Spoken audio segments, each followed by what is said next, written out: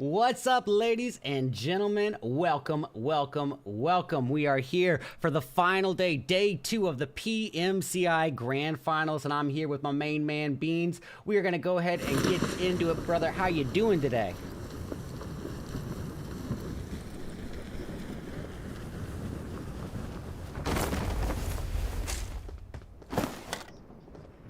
Yeah, absolutely. We have got an absolute slaughterhouse of heavy hitters coming to the table today, and already kicking things off in the beautiful dry arid desert of Miramar. We've got several potential early game altercations, potentially the Panthers and KR Esports up further north, R7 9Z, and already after everything that's happened yesterday, you already know we're going to go tune in to this 9Z R7 altercation here. Let's get it.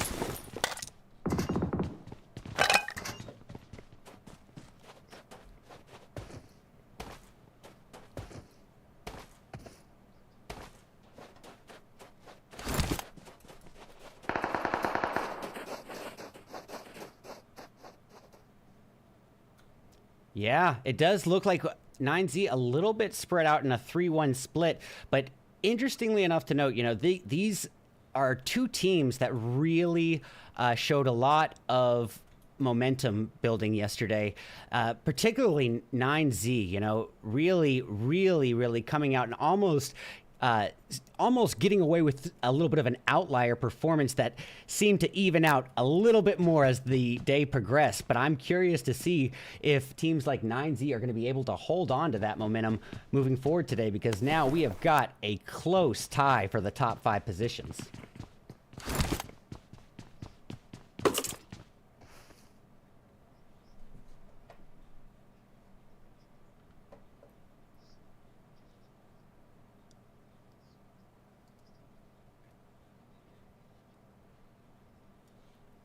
There's a lot of room here for some of these teams to leap in the standings, to make some moves here and get themselves here towards that #1 spot. Realistically, almost any of these teams could still get a victory overall. I'm looking from top 12 on. We 100% could see any of these teams make some moves here. And ladies and gentlemen, I do apologize. It does seem like Beans' voice is now able to be heard. I apologize, brother. That is a little slip there, but we are here. We are getting it going. We are in the action, and we have got 2 awesome cam feeds to provide to you today. Yes, 100%, and I'm so excited for this one today. Like I was saying earlier, Red Eyes, I mean, we saw a really evenly matched up lobby yesterday. These teams, the difference between 1st and 8th place is, or 1st and 7th place is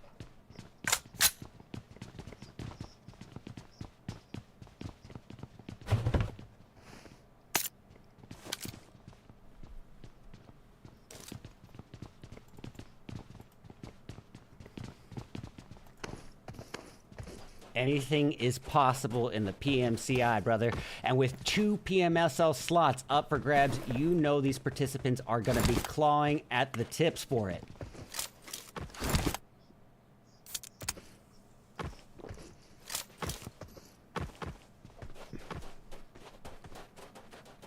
So if they do end up winning, it will go and end up going to the next highest NA team. So that's something to keep in mind here, folks. Absolutely. Okay. And it looks like Screamzoo of 9Z running pretty close to the Eagles. I'm going to get a perspective on Screamzoo's... oh, nice. You're in the aerial too? Perfect. That'll work out great.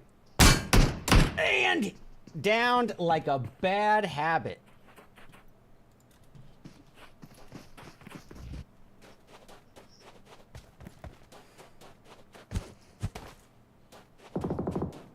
Lose one right away here off the bat. Let's see, guys. We do have a few things happening here. I see Ked is now going up on this hill.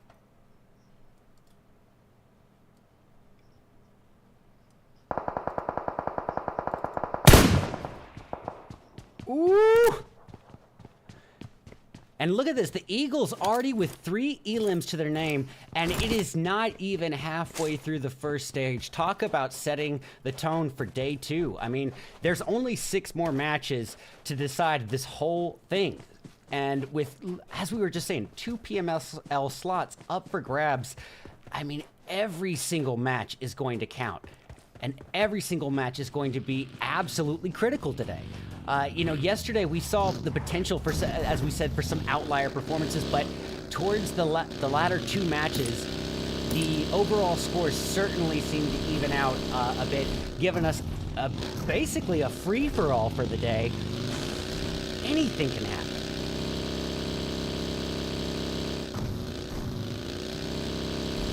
Up winning one yesterday. They are currently in 11th place, but the way that they finished off the day yesterday, you can see they kind of woke up after round 3. They saw that they had to get themselves in gear, and they really did show out. They got themselves a solid win. Close eye on here. Like I said, they're 11th place, so they do have some work here. But between them and first place right now, it's only a 16-point difference. You're right. And 16 points, as we've seen yesterday, can be maneuvered pretty effectively in a single match. We saw certain teams come out with 27-point gains after single matches yesterday. So if anything, 16 points, that could be undone in a matter of 30 minutes. 100%. It really is going to be the pressure on these top teams right now to continue to perform. Our 1-2-3 combo is 9Z Logan, Dauntless in second, Deadeye's guys in third, and they are already consistent. You already know one of these lower teams here will come in and unseat them happily. Yeah, and I mean, talk about a wild card variable like 9Z, who, as you mentioned, they are not technically applicable for the PMSL slots. So that makes them very much like the kind of danger to the rest of the playing field that, say, a team in last place that had no shot of advancing could be. That meaning that they could literally, just for the sake of it, be toxic to particular teams and undo the chances for other NA teams to actually qualify for it without really, any effect onto them. What do they have to lose? So I hope everyone has been extra kind and remembered to send out Christmas cards to 9Z. Yes, sir. Yes, sir. I mean, that is absolutely something to keep in mind there. Oh, we actually do have two teams coming very close to one another. Yes, we're looking at the same thing right now. And these are teams over and over in Erangel yesterday. So it'll be really interesting to see how the Panthers and the Eagles interact on a different kind of map. We definitely saw a lot of contestation for high ground between the two in all the Erangels that we had yesterday, if I'm not mistaken, because I do remember the Panther-Eagle puns analogies, the dad jokes that I was cracking. But I do think, these are two teams that both realistically show a lot of promise, but their performances thus far a little below par for the reputation that they've brought forward in the Tier 1 community. And I mean, granted, there's a lot of context to it in that, it's day one yesterday where teams were just sort of trying to feel out the lay of the land, dip their toes in the water, see the pace things were going. And today is where everyone really leaves it all out on the table. Oh. Yep.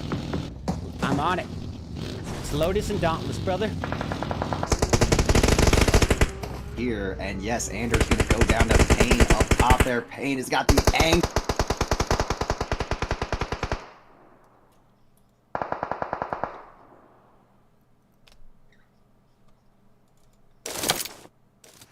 Ooh, Fetty had quite a positioning there, but now finding himself just perched on a cliff ledge with not a lot of room for wiggling, and two Dauntless enemies just above him. They've lost half their starting lineup. Fishy and Anders are out of the equation, so Drago and Fetty, the final two hopes for Lotus Esports, and all the while SLR and INF in the background.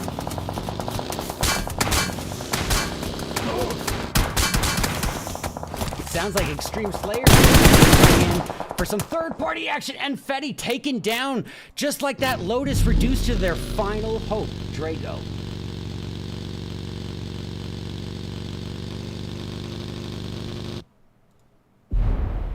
I've got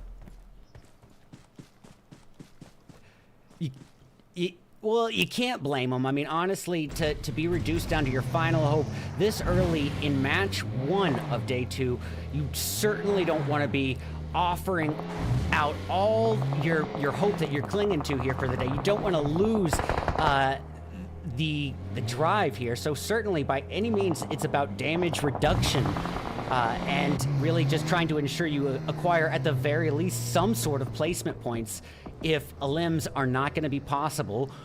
And realistically, if he were to be out searching for elims, it would very much likely be his undoing. So if anything, at the very least, acquiring some sort of placement, making it to those in-game stages, and then best case scenario, in my opinion, maybe some third-party kill steals or a late stage, final in-game stage, elimination, sure. But for now, laying low, letting those numbers dwindle, let everyone else do the work for them.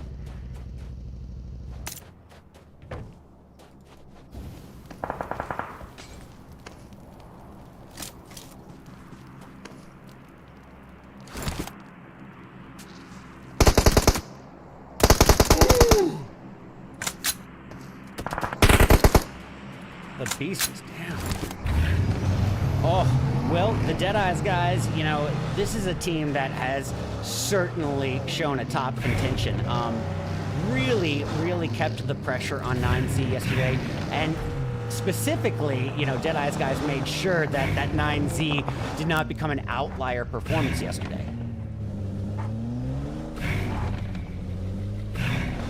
This one, and yeah, we saw some consistency from that team early to start, but they kind of fell off. Looking at 9Z. Oh, we've actually got some craziness going on down to the southeast right now. Yeah, that's going to be Extreme Slayers and the Panthers? Mm-hmm. All right. And Golden... And Extreme Slayers, they are looking for a third party. I'm glad you mentioned them. Yes, they're sitting there just licking their chop.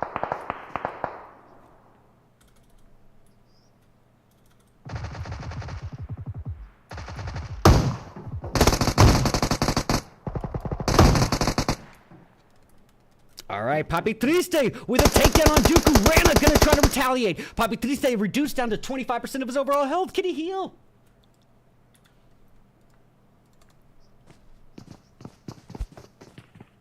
Oh, that's a great point, Beans. I remember you just mentioning them, but I did not actually see them in the distance there until just now. That is a smart move on the Slayers' end to really acquire that high ground and just out there searching for any easy offerings on a platter, but there's no time to waste. We have INF coming from behind. Morena tries to secure a revive.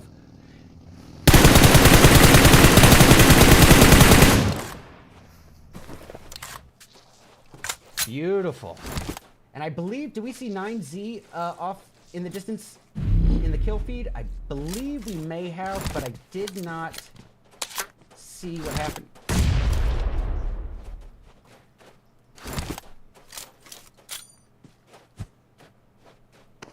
Well, that's no problem. I got them up on the alt feed right now. And I'm hearing the shots being put out from Extreme Slayers.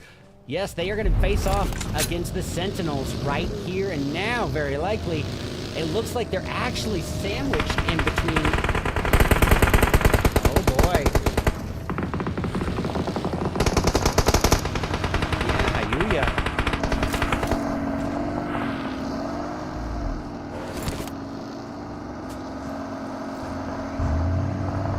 Brady desperately needing to heal up. Gets a little cover by Remix here, and now to make their great migration reunite with their teammates Robert GG, but driving, out of the frying pan into the fire here, in between members of NS, and actually, if I'm not mistaken, yeah, that's Titan above them. Robert could be driving directly into trouble here.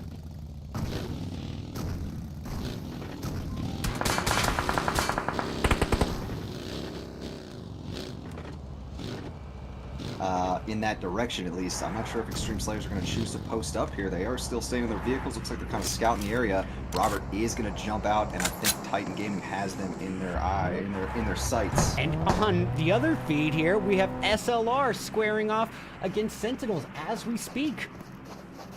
Quozon, a very critical variable for SLR yesterday.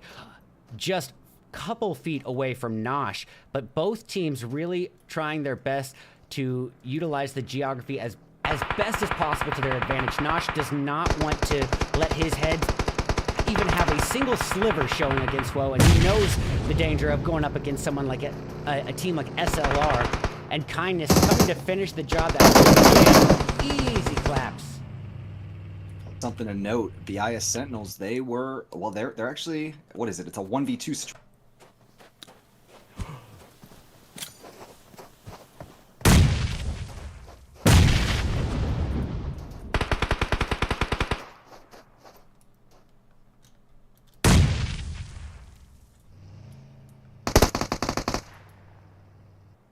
And this is, you're right, and that is not going to be the start to day 2 that they were hoping for here. They were really hoping to deficit, but a third party from Dark Esports is going to certainly put a damper on that.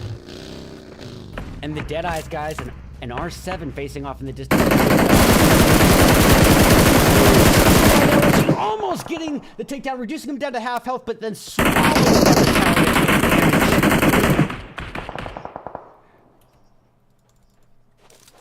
the knock there again on, or you got Amrit knock and then transferred over to Naomi. Kalikar scrambling to get his teammate picked up ASAP, but Kindness is lasering these guys here. Hey, sometimes you got to kill them with just a little bit of kindness.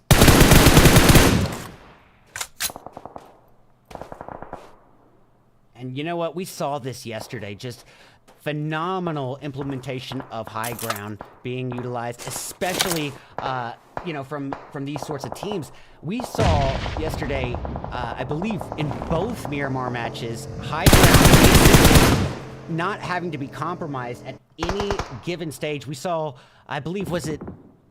You know, the particular team in mind here, I want to say it was either the Eagles or Straight Out in Nepal, but I'm leaning towards Straight Out in Nepal, that ended up acquiring high ground around stage 3 yesterday on the Miramar match, first Miramar match, and then holding on to it for literally all the way up until the concluding portions of stage 8. And that's right, you heard correct. We did say stage 8 because we got to the full stage 9s in all Miramar matches. I'm pretty sure, yes. I think it was. At the end, then it was Golden Eagles round 4 that ended up taking it. That's actually it was Golden Eagles. I'm looking back now. So yeah, they were a team that really impressed me.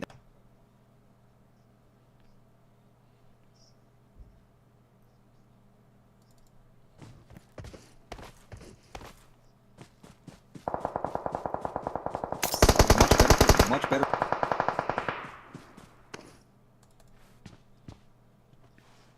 And you know, with getting eyes on Nemesis here, pardon me, getting eyes on Nemesis here, we are seeing Fate and his partner Spec in a bit of a tough position here with a low ground disadvantage under Titan and SLR's high ground overwatch. Not to mention the outlying threat and Extreme Slayers, and as you can see, Fate not really all too, let's say not all too informed with the scouting info here, and driving, unfortunately, out into another vulnerable position, leaving his backside yet to Straight Out in Nepal. So literally pinched in between 4 teams here. It is a tough position, to say the least. Great point. And we do have some other teams kind of moving in here that may actually help Nemesis out. Straight Out Nepal is moving up the hill. There's 4. Not even counting Nemesis, who are just a little farther away. And this is crazy right now. There's a lot of teams here looking to take this hill. Yeah, well, I mean, prime real estate. And we were talking about this yesterday, Beans. You know, high ground, it certainly seems to be a prioritized factor in almost every map. Well, in every map. But I don't think it's ever could be more critical than on the dry, open, arid desert of Miramar, where you can literally have 270 to 360 degrees of overwatch over what could potentially be just open field. Oh my goodness, Pain swallowing a high protein dinner of nades.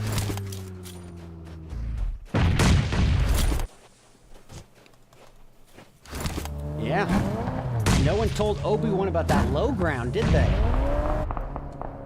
Well, catching eyes on Straight Outta Nepal, we got WDN.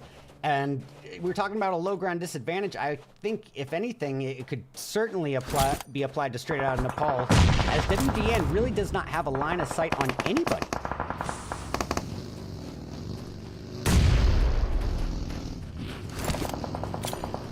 Slayers, and obviously worked out for them. Here comes the rest of Straight Outta Nepal to push in, and it looks like Extreme Slayers only have this last. Robert, his final stand. But look at the performance Extreme Slayers has still managed to put up. Literally 7 elims down to, and let's make that 8 right there and then. Desperately in need of some meds. What just happened? A bowling ball tossed at full momentum towards this bowling pin known as Robert GG, but he said, no, not today. And boom, right to the noggin.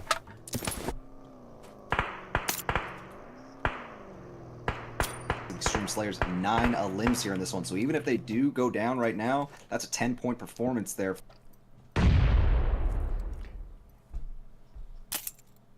But Robert's not ready to give up just yet. All he has to do is survive for at least one more team elimination to meet the bracket for placement points. And at that point, every other team he survives longer than, it's going to be around a 2-point game. But we got Straight Outta Nepal. 2 members knocked right in front of Robert GG.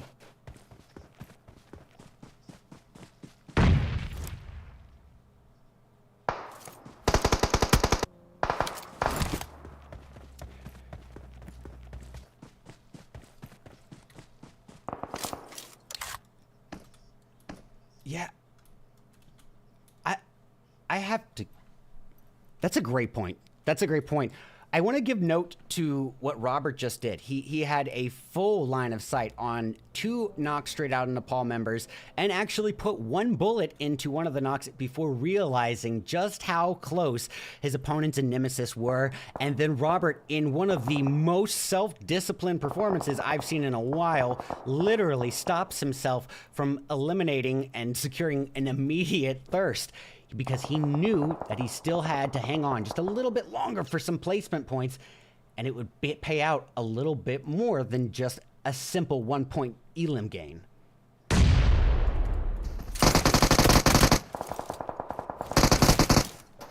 And love to see how...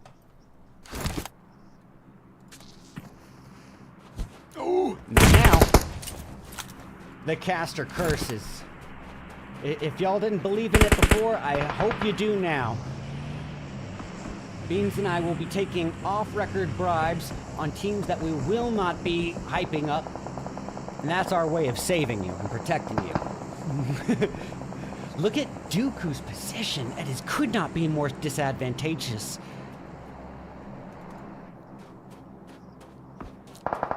And literally vulnerable on 2 different angles immediately, and case in point, the deed is done. Now, with a new bit of scouting info on SLR's location, their shot's certainly putting out that honing beam, and Fate now has a little bit more scouting info to relay to his teammate Spec. Spec reduced down to just below half health, but working his way up the hillside, needs to lay low and under the radar, at least until he gets some high ground. I mean, he's got Titan Gaming ahead of the SLR on the other side, but Titan Gaming now is actually looking there over at SLR, engaging. Kindness is down. Crow with some great long shots. And we have Crow up on your feed with my alt camera getting Titan inactive shots towards Dark Esports' Calicar. So much action on the playing field. We are approaching the concluding portions of Stage 6 of Match 1. Ladies and gentlemen, if you're just now tuning in, we have 6 rounds of action, mayhem, and strategy coming your way today. So still 5 more matches ahead of us. This is just the beginning, the tip of the iceberg for the day. But who wants to set that momentum for the day? Who wants to set the tone and start their snowball effect? We're about to find out as we approach the concluding portions of the Miramar in-game. There's something I want to bring attention to right now tonight is Titan Gaming NA. You see the positioning right now. You see there's still a full 4-man. They did okay near the end, but they didn't quite start out the way we expected. So I'm pleasantly, not even going to say pleasantly surprised. I am happy to see them kind of where I'm used to seeing them here in this top 5 situation already.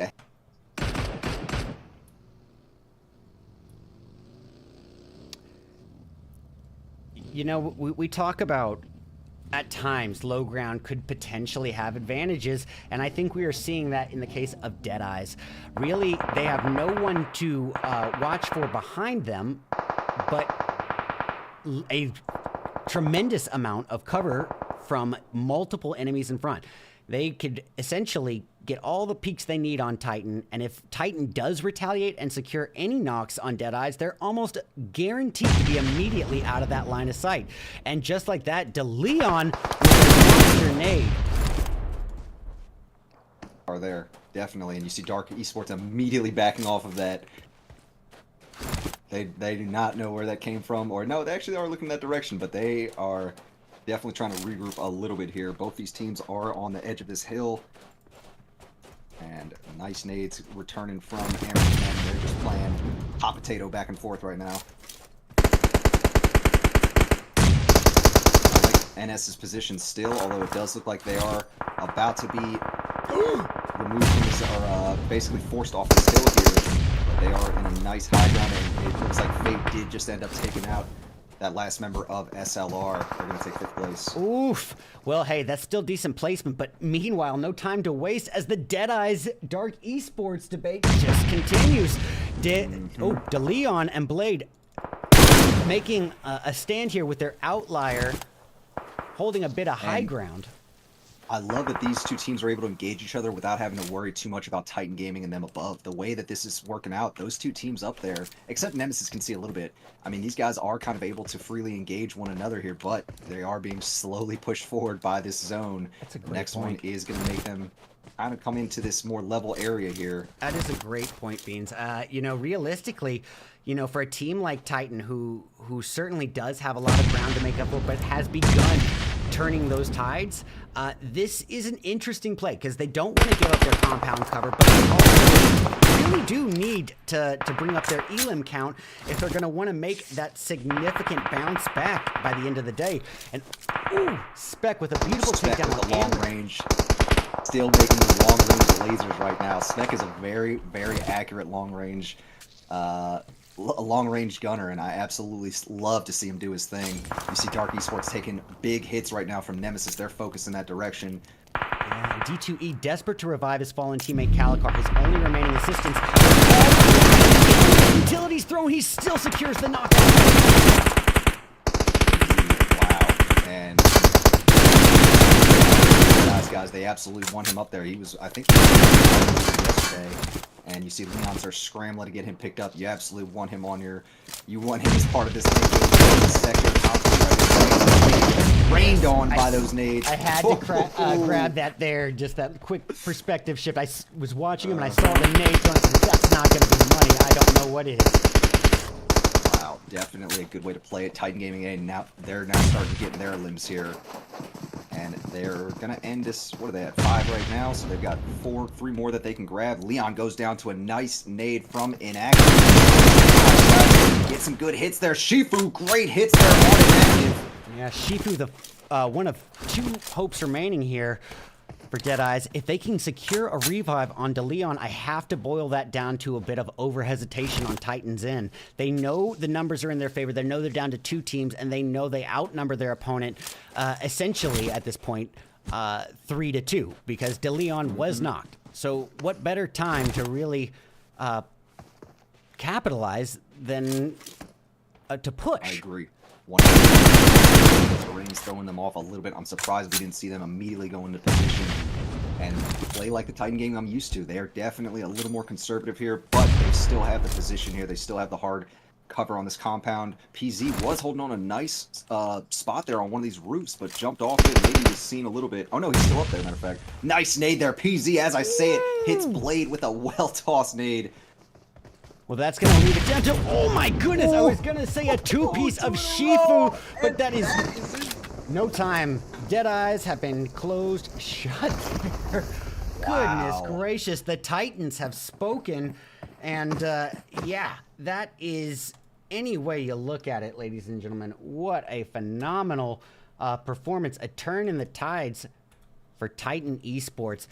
And give credit to Pmci there, a phenomenal 6 elims of the team's 8. And that is going to be an 18-point takeaway for Titan Gaming, exactly what they needed moving in to day 2. Yeah, absolutely love to see it. That was a team I had high expectations for coming into day 1. They surprised me a little bit the way they were playing, but it's not about how you start, it's about how you finish, right? Hey, that, you know, I think you said it very well right there. I say the same analogy way too often, but to quote the scripture of Vin Diesel, it does not matter whether you win by an inch or a mile. Winning is winning, and until you've won the PMCI, you haven't won. And until you got that PMSL slot, and yeah, anything's on the table. Absolutely, without question there. And that is a great way to start things out for Titan Gaming there. They were a little bit slow to start there, but they got their frags in the end. And of course, they get those placement points from that first place finish. So looking good, Titan Gaming NA. And ladies and gentlemen, just to give you a little idea here, we have, as I said, 6 rounds of action, mayhem, and strategy coming your way today. You are thrown right into the thick of it with kicking off the day with a destruction in the desert match, but now we are going to be rotating things to where it all began. I am, of course, speaking about the very first map ever introduced to PUBG Mobile, Erangel, as we return for round 2 of 6 of the PMCI Season 3 Grand Finals in just a few short moments. Stick around, we'll be back soon.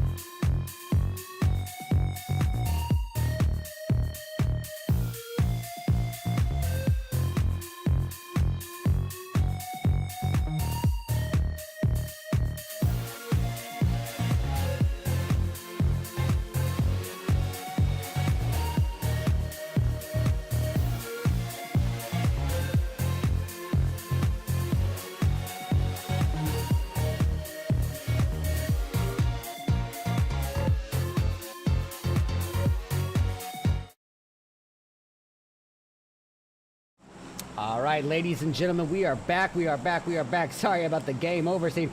We are back for round 2 of 6 of the PUBG Mobile PMCI Grand Finals, Day 2. Beans and I are just ecstatic about this action mayhem and looked at the live scores as they currently stand. After the entirety of yesterday and match 1 of today, we have our current overall standings. Titan Gaming now literally leading Deadeye's guys by a very small margin of only 4 points. And then 9Z knocked down to the bronze position and 6 points behind the Deadeye's guys. Only 1 point ahead of Dauntless, only 3 points ahead of SLR. It is going to be nipping at the heels from here on out. 100%. And something to take away from that, Titan Gaming just jumped 3 spots from 4th place to 1st in that one, and definitely coming out here to play in Day 2. And already thrown out of the thrown right into the fire. What are analogies and words? And we see him up against INF with Chill swallowing an immense amount of damage. Minotaur, very little health to speak of. Oh no. And that is it. PZ just got eliminated quickly on that, trying to cross that road. And at this point, INF not complaining about an easy elim off the back of Minato.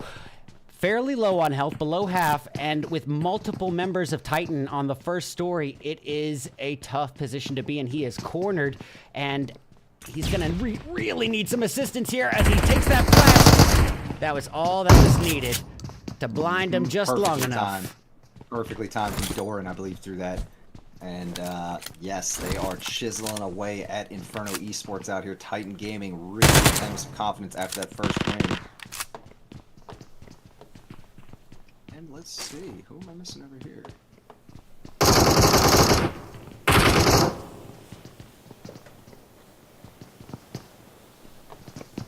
All right, let me get a little eye in the sky here just to get a lay of the land if we can. Yeah, so literally just a few feet separating these two teams, occupying 2 different houses. Jadon preparing for an inevitable push up with only this S686 in hand. Does he have the ACE? You have to be confident to push with just the S68. Only 2 shots coming in. I love it though. Oh, Doran coming on the edge. I love it. He used the just he didn't have to worry about going up the stairs. And nice, clever push there from Doran. And just like that, INF down to a 2-piece. We have a 3v2 on our hands, a little bit of elim trading, and either way, for both teams, that is a tough pill to swallow this early in stage 1. Remember, every bit of manpower and support and scouting power that is taken from you this early on absolutely has got to equate to a shift in strategy moving forward. And meaning, if you're a team like INF, that all-out aggressive approach is not going to work so well with just a 2-piece. They're going to absolutely have to dial things back, be a little bit more, maybe playing a little bit slower. Doran down! Inactive down! Oh, Chills had the nice angle there, shot right through the window, and it's a 1v1 now. Oh, man. Oh, man. Wow, okay. Well, Crow trying to fly south for the winner, maybe even get a revive on one of his fallen teammates, edging his way closer and closer to an active, but with an Uzi, no extended mag in hand, it would be a tough one if he is pushed. He's going to have to make every bullet count. As we can see, Chills pulling a side rotation up the wall. Let's see how this is going to go for him. Oh, Chills with the S686. Oh, oof. Well, wow. The S686 may only say 2 words at a time, but those 2 words are goodbye. Yes, absolutely. Nice squad wipe, INF, and they take down the top dogs coming into the match 2 here, and that's not what Titan Gaming wanted to see at all here to begin this match 2. Not at all. That is a tough one, any way you look at it. Let's see what else we have going on here. We're gonna go look, and we also have. It's so funny. North Georgia Pool has just been a normal thing here in these matches. I almost never see hot drops there in my other events, but I'm so glad almost every single Erangel match we've seen, we've had teams battling it out here. Yeah, it's almost like the teams have discussed. You know, we're bringing North George back. Okay, you know, it's been what, 5 years since anyone's really had a good hot drop contest station at North George. Yeah, for the sake of nostalgia, at the very least, and KR Esports playing the slow play here in North George, but probably going to be prioritizing a shift into the next zone. Understandably so. This is only match 2 with plenty of games ahead of us and plenty of action awaiting. They don't want to be offering themselves on any easy platter. And as you can see, Extreme Slayers actually driving up to the western or eastern portions of North George and sandwiching the likes of R7 in between themselves and KR. This is going to be a good move for Extreme Slayers moving up here. Well, if they can get there, it looks like Frady's peeking, but may not be able to get there in time to get a good gatekeeping on Rusher 7 1. One thing I want to note, that Dauntless also landed out there in North Georgia. They got eliminated off the bat. Did they really? That is going to be huge. As well. That's going to be huge for the entirety of the playing field here. But as we did just say, there is plenty more action awaiting. So little bit of wiggle room, not much at all to be honest, but a little bit of wiggle room afforded to the participants. And let's have a look-see at the map as it currently stands here. So as you can see, this shift is not favoring many of the participants. It is going to be a northwestern zone, and that is going to be even further limited by the abundance of water covering up so much of the surface area, Beans.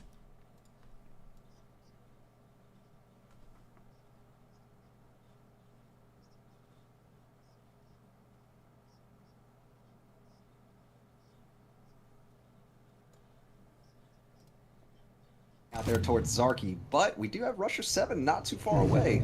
Sorry about that game over screen, you guys. But yes, yeah, honestly, realistically, what does this mean? What does this map say to us, the viewers and spectators? It means that we might be due for a little bit more of an increase, a boost in the mid-game action, early to mid-game action. And even if that isn't the case, anyone who's seen me commentate knows my spiel, but it is true every single time, is that if we don't get that action in the early to mid game stage, it only is going to equate to a more action-packed and climactic in-game. But from the looks of it, the participants don't really have an option. They are just so limited in terms of space, and only going to be more and more limited as that zone shrinks. And for a team like 9Z, sandwiched in between SLR, Deadeyes, and Straight Out of Nepal, it's between a rock and a hard place and another factor. It's like a Bermuda Triangle of enemies. Yes, that side in particular of the map looks like it's going to be very, very crazy here soon. I like to describe it as a powder keg in some of these situations. When teams are playing conservative and they're forced together, it just goes 0 to 100 real quickly, and I think we may be seeing something like that here soon, depending on how 9Z plays this. And giving a little glimpse here at some context, you can see some other teams driving further away from 9Z on perched on the hilltop there. I don't think there's any shot of 9Z even getting earshot of those vehicles, and it seems like they're just going to be playing the marathon strategy here, letting these numbers dwindle down a little bit. And after that performance in round 1, I think it's an understandable reason why, having lost a lot of the traction that they were able to make for themselves yesterday, being, you know, notched down to third place position, but still right at the heels, and they want that chicken dinner back. They want that gold medal around their neck. Without question. They played like champions yesterday. At least those first few matches, lost a chance too. They were really good in that one. But yesterday, at the end of the day, those last 3 matches, they did fall off. They did let off of the pedal a little bit there, and I was surprised to see it, honestly. Well, talking about being knocked off the hill there, King taking off the hill as well as we speak from Straight Out of Nepal, reducing the team down to a 3-piece of Wolf, WDN, and Frankie. Wolf going to be occupying the shelter area, but Frankie, the outlier of the team here, a good ways off from his teammates here, and finding himself, well, at a low ground disadvantage to numerous teams. one being Deadeyes and another being to his left, members of 9Z. We see Chaco and Simple, or pardon me, Chaco and Elite holding position there. It looks like they're actually going to be more prioritized with a rotation, and understandably, but Frankie, if he does fire from here, that location that he's clinging to for dear life could be his undoing. You know what? It's funny because the rest of his team just got pushed by Nemesis, and now he's the solo keeping the team alive there. Yep. Straight on a Paul. Oh, no. Wait, did they still have one other? Let me check on that. I think that is Frankie as the solo. Yes, and now Nemesis does have another team. It's 9Z hearing the shot. They're pushing up immediately on that. All right. 9Z doing some good damage here. And it's Sentinels getting an off angle and putting a hurting down on members of 9Z. This is steals for Nemesis or Sentinels. Yeah, absolutely. I love the IS's angle here. I love that they are playing with a little more confidence here. They're coming up now. They're pushing that. Shit just went past Frankie over there. And it looks like they are going to go engage. Oh, yes. Deadeye coming in from up top now, too. They wanted to play as well. And Blade they wanted to join the party. Almost taken down a peg or two, but with that Overwatch and cover fire from his teammate Shifu with the 8x mini, he is able to cling to life. Wow, this literally did just ramp up 0 to 100 like I was talking about. And the zone now is coming in towards all of these teams. It's going to force them away from here. Getting eyes on Simple, he is going to go cling to this shack for dear life. Now, this is a strategy we see more often than not on Miramar, and more often than not, it ends up being their undoing, as literally you're fish in a barrel. One nade, no need to aim. As long as it hits inside the shack, Simple would be donezo. But that's with us knowing his location, and look how close Nemesis actually is to Simple. Yeah. I mean, their Nemesis are definitely pinned down right now. They had 9Z. They've got Scream Zeus sitting up above throwing nades. And Fate and Berlin, guys, remember, this isn't shelter area. This is next to shooting range, so there is no escape for Nemesis down there. They are pinned down. Yeah, they are the deli meat in a peanut butter and trouble sandwich. 9Z and Sentinels are the bread. And Scream Zeus actually going to back off that. He decides not to waste his time on it. He knows that they can sit back. It's only third stage. So, Nemesis will get a second shot here. I thought they were going to be pinned down that whole time, but the blue actually worked in their favor a little bit here, in my opinion. A second chance at life there. Mm-hmm.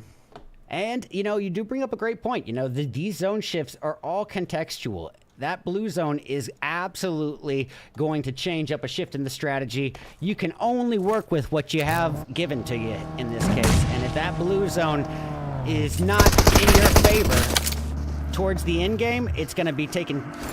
well, pardon me, giving now too much damage to really be disregarded.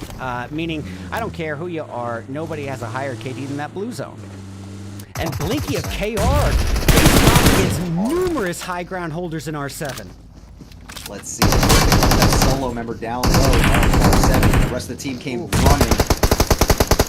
Ecog pops out. Great shots there. Membe, the last go. Membe, last two. Yeah, unfortunately, Melaz a bit of a ways off here, so it really was all on Manbase from that point. But in this case, I think, as you were saying, was the same case for Straight Outta Nepal. Now, what ended up being kind of their outlier, hey, maybe he should have been with the team, but regardless, it is their saving grace at this point as he can carry on the team today. Melaz actually goes and full sends it on that I'm very surprised to see that. Yeah, that was a very risky strat, but hey, if it works, now he finds himself in a 1v3, but with a nade crashing on Vito's, it is not enough. Cog retaliating, somehow Melaz... oh, he must be having a boulder there. He does. He does indeed, you're right. He's cooking it, gets hit through the window, and that was a tough push there. Could have backed off and tried to play for positioning. I mean, and so close to that placement bracket. He could have just stayed alive for even 5 more minutes and enjoyed at least a couple placement points. Only 3 teams need out here. But if anyone is unaware what we're talking about, as soon as we reach that 8 teams remaining stage of the game, every team from then on will receive some degree of placement points. And even if you have 0 elims, placement points, as we've seen time and time again, can be the critical difference between winning the overall tournament and not. That could be the ticket to getting your PMSL slots. The difference maker is just that extra the extra few seconds of staying alive, those extra 2 placement points could be the critical difference maker between if you go to Super League or not. To your point right there, what did we see? A 4-point difference here coming into the day. In fact, it was actually a 2-point difference between 9Z Globin and Dauntless. So yes, these points absolutely can matter in these lobbies with how evenly matched a lot of these teams are. Again, we haven't seen one team really separate themselves from the pack yet. Titan Gaming did take first place. They're the first one knocked off today, so these guys are all having a great time. It looks like Inferno Esports and Solo. Yeah, well, shots here. The Sentinels see a limb though. Sentinels, spreading out and using the numbers to their advantage, getting multiple lines of sight on the playing field, and having that bit of Overwatch ended up saving them here. At least saving them from losing another member. 100%. They did end up losing one there, but I think they can live with that here. They bought 6 limbs here so far, and definitely a night and day difference from them yesterday to today so far. All right, looks like Lotus Esports working their way northbound, shifting into this new zone, but finding themselves contending with the Golden Eagles and with a takedown on Anders right there and then. It's Ked firing away at Drago, 3x into her hand, but getting some retaliatory shots as well as third-party shots from behind. Oh, wow. Razor right now. We also have SLR across the river. I think you did point them out. They're just watching and waiting, looking for open shots. And that actually is the squad wipe. Lotus just got taken out there. Oh, I thought they had at least one more. No, they do not. Well, so that combo of Golden Eagles and SLR was devastating on Lotus. And take note, ladies and gentlemen, just one tiny bridge separating the Eagles from SLR, 2 of our top contenders, but the zone certainly favoring SLR over the Eagles. The Eagles will not have a lot of choices. They're going to have to find a way across this river one way or another, and other than shifting to the bridge on the western front, I don't see any other way of getting across other than facing off against the heavy hitters in SLR. You're right, and that zone is just, they could potentially take that west bridge right now, but the zone is closing in. It's going to make that more and more difficult, especially as we get closer to this 5th stage. And look at the spread. Extreme Slayers is operating with a 2-1-1 split or a 3-1 split, but multiple angles of high ground, multiple lines of sight in Overwatch. This is Extreme Slayers getting ready to put on an in-game show. I can tell you that right now. They're playing just like they did in Season 1 here. They were always the first team to make these. Good about it too. It wasn't they would get themselves out there with plenty of space, and we're seeing a good example of that right now. Whoever their IGL is on point, is definitely making some good calls here, in my opinion. And as I say that, I do like Hayuya's firing from the low ground in this position in the case that it actually distracts the high ground holders in the opposing high ground holders from the remainder of his team. Already we're seeing Golden Eagles perched in a nest behind the boulder, trying to stare across the way, get a line of sight on their opponent's Kindness and Huo of SLR, but they cannot forget the outlying threat to the west, Hayuya. Yes, and Extreme Slayers, you absolutely do not want to miss them. They will make you pay for it if you do. And you can see Golden Eagles are very, very much pinned down, though they haven't lost any members here so far. But the zone is going to close very soon. And as we were saying, that blue zone will start hurting more and more, as we know to be the case of PUBG Mobile. And it is only a matter of time before the Eagles will need to relocate and migrate north for the winter here. And it looks like Ked already trying to find his way across the river. The team trying to join him, but ran a shot from the vehicle. Jawoon soon to follow. Oh man, and that's not what they wanted to see at all. Rana's down, although Jawoon does not get knocked off that. He doesn't. SLR, they saw that they're moving up. Boschwan, is he going to fall back? I thought he was going to move up above them potentially, yes, but they don't know about Ked. They do not know about Ked's location. You're right. This could work well for him. Let's see how he's going to play it. Rusher 7 in the area now.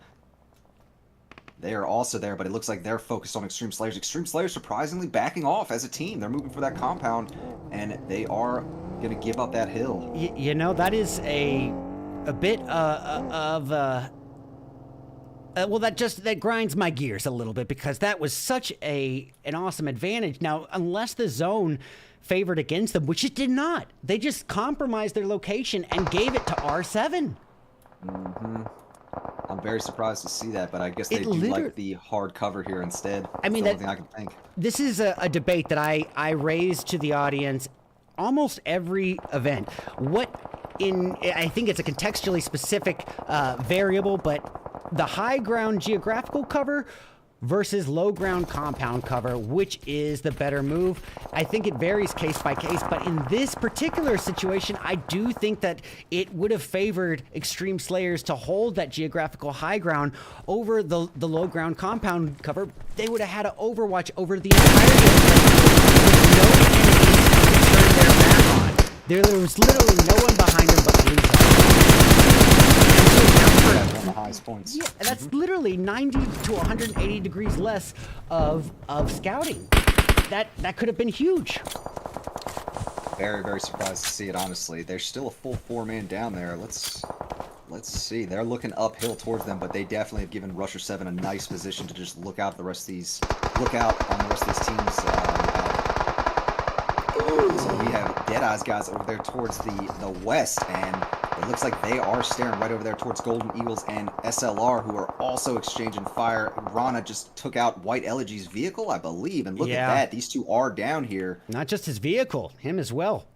Yeah. And the issue that really kind of strikes me there is that the Eagles had a real opportunity for a third party on it, but I got to commend them, exercising patience and discipline here. I don't know if it would have been as risky to try to third party that as they may think it was, but that's with us having scouting information and observers 2020 vision info that they may not have. Well, SLR picking at the Eagles even though they have multiple not.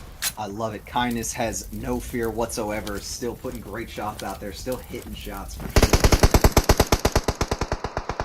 All right, I'm going to get an eye over as much of the playing field as I possibly can here. Switching back and forth. We'll get it from behind SLR in just a moment. I'll keep your perspective up while we show it. It does bring to light just how crucial these utilities are at a late stage in-game.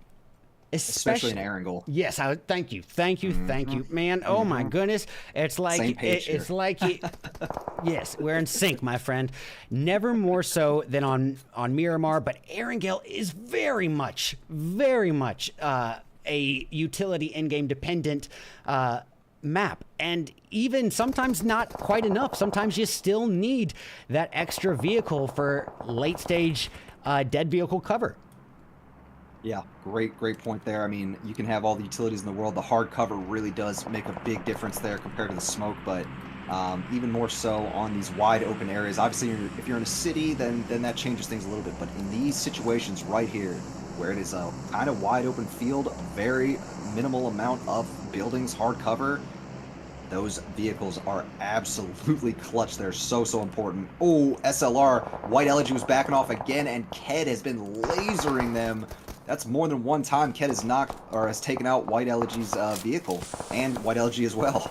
Oh my goodness. Yeah, well, the Eagles now really trying to close those dead eyes. And Beast really swallowing a lot of damage there. Reduced down to 1/4 of the overall health. It's going to be on DeLeon and Blade to provide the overwatch and cover fire while he tries to secure some sort of meds. Yes, and does they're not in the best position here. Not a whole lot of tree cover. Their vehicles are taken out now. Rusher 7 from that spot we mentioned earlier. They are just relaxing. Fucking up any of these teams that they do see out in the open. Yeah, with Cog, a nice bit of overwatch over numerous members of the Eagles, trying to reorient his attention to Deadeye's. It's just multiple people lining up for the picking, and Cog capitalizes with a beautiful knock on Dooku with that M4. He saw them in and was able to find perfect catch that just and now, no time to waste as he reorients his attention to the Deadeye's guys, putting a hurting on them as well, but could spell an opportunity for Extreme Slayers for a elim steal. Yeah, it absolutely could. They're sitting there. They are looking around, trying to find out. We got 3 limbs too, so Extreme Slayers are probably a little bit hungry for some limbs. They I don't think they're going to be satisfied with just 3 in here. Well, they shouldn't be satisfied with just 3. They certainly have not conquered the entirety of the playing field in day 1 to feel that comfortable with relying on placement alone. And I think this is also a team that we know is comfortable in confrontation. So while it is good to see the reservation, it means that they're taking the event seriously and they don't want to make any easy mistakes. That does not mean that you can be hesitant to handle your ones when you need to. Yeah, great point there for sure. I mean, this is when it matters. This is crunch time. And these teams, you don't want to sit back and just watch and wait. You want to obviously take the opportunities you can. You don't want to put yourself out there too much too, but got to find that balance. I'm really surprised to see Extreme Slayers still staying low with how mobile they are. With R7 really high ground from 3 different angles over him, they could honestly, Spooky's location could be their undoing. If he's able to get a line of sight through the window from that high up, it could still be within his line of sight to secure a thirst through that window. And getting out from Spooky's perspective here, and as I say it, the caster curse, and Blade has struck him. It's a stab, and now R7 reliant on Cog and Vito, but no time to waste. The Eagles never thrown out of the action. They're hurting right now. They are still standing there. Rana and Ked. Oh, but Rana is getting looked at the now caster as curse. well. And look at Ked. He is heel stratting on an Erangel match, no less. Ladies and gentlemen, we see the infamous heel strat most prevalently on Sanhok, but hey, even with the shift towards emphasis on eliminations over placement and the more recent official pro circuit scoring structure, it does not mean that placement is not still holding such a huge weight. And as you can see, if Ked is still willing to heel strat and risk this blue zone damage, it clearly is with a purpose. Yeah, he still has 4 first aid kits right now as well. If he can just survive a little longer, I think he can outlive Deadeye's guys over here. It makes plenty of sense. He's one solo at this point. He doesn't have any teammates, so realistically, the odds of him getting any more points on the board are either through third-party steals or just hanging on a little longer and letting these teams just annihilate each other, and every team at that point that is taken out is going to be an extra point or 2 in placement right there and then. That's the same thing. That's the exact same effect as getting 1 to 2 more elims right then and there. Why not lay low? Exactly. You could at least try it. Worst comes to worst, maybe you're in the same position you were. So I definitely like that they at least tried it. It would have been an easy squad wipe if they had given up that position. They were just focused on by so many people. Ecog with the nice toss into Extreme Slayer's building. Great throw there. Well, now Spooky at the forefront, not wasting time, trying to capitalize as best as possible on this knock, and he is cooking up a nade aimed outwards at Hayuya and Robert. A little pre-fire, and for not enough to get the second knock. Clean to life by a hair on the chin here. Oh my goodness, Hayuya's nade. 2 birds, 1 stone. 2 birds, 1 stone. Beautiful nade, well placed there. Hit both of them as they were trying to find some entrance. And look at that this. was a great predictive nade. It's all down to DeLeon and a 1v3. There's 1 knock on Extreme Slayers. This is the best shot he's got here. The best his odds are going to be are, wow, at least one of them's down.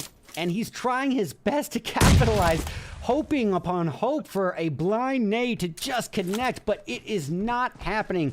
Remix is back up and about. Hayuya, very well healed, and they retaliate with the Leon swallowing some explosion damage. That is it. Wow. Ladies and gentlemen, either way you look at it, it's gotta be game over.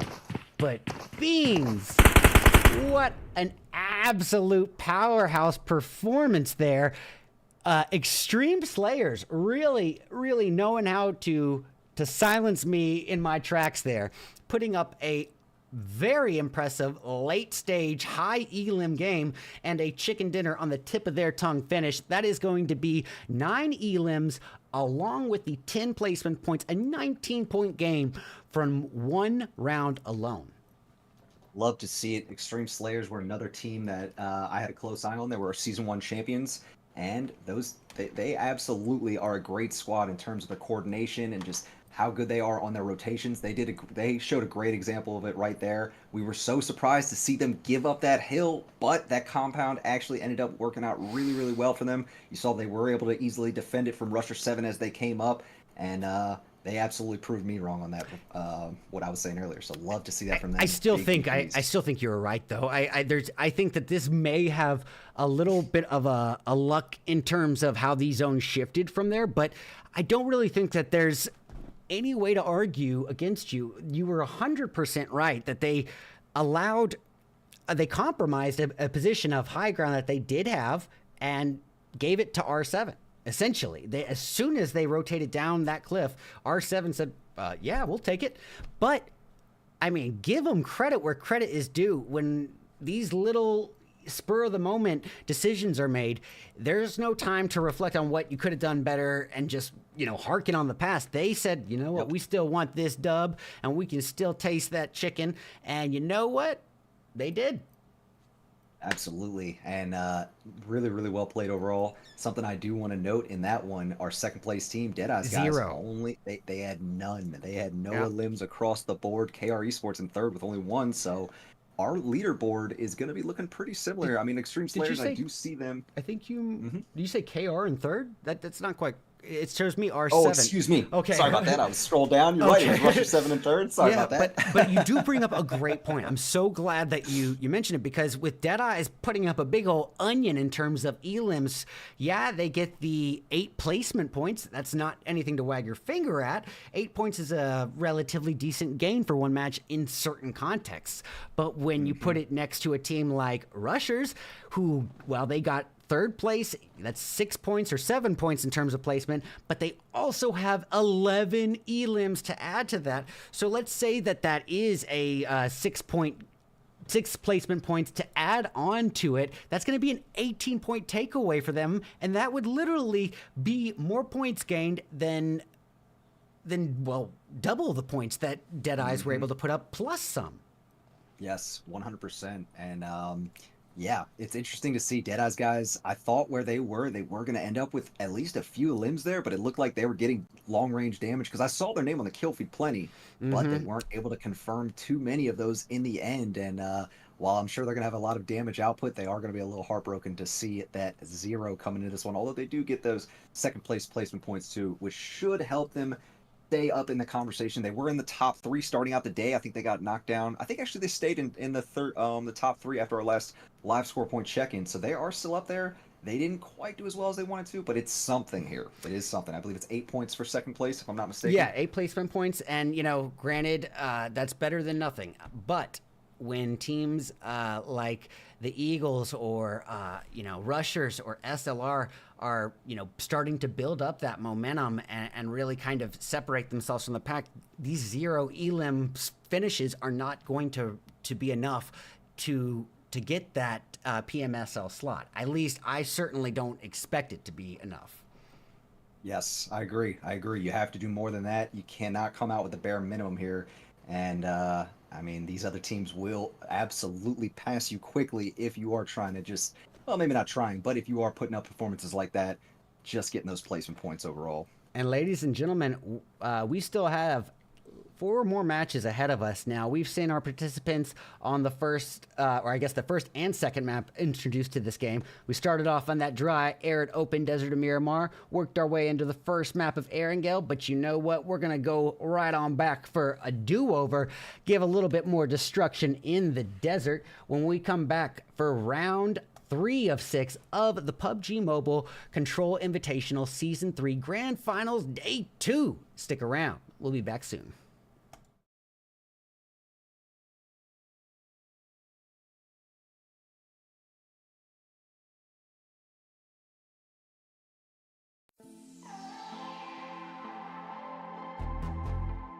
Once I woke up from a dream, one that I hoped would never end. Now I'm awake, but still I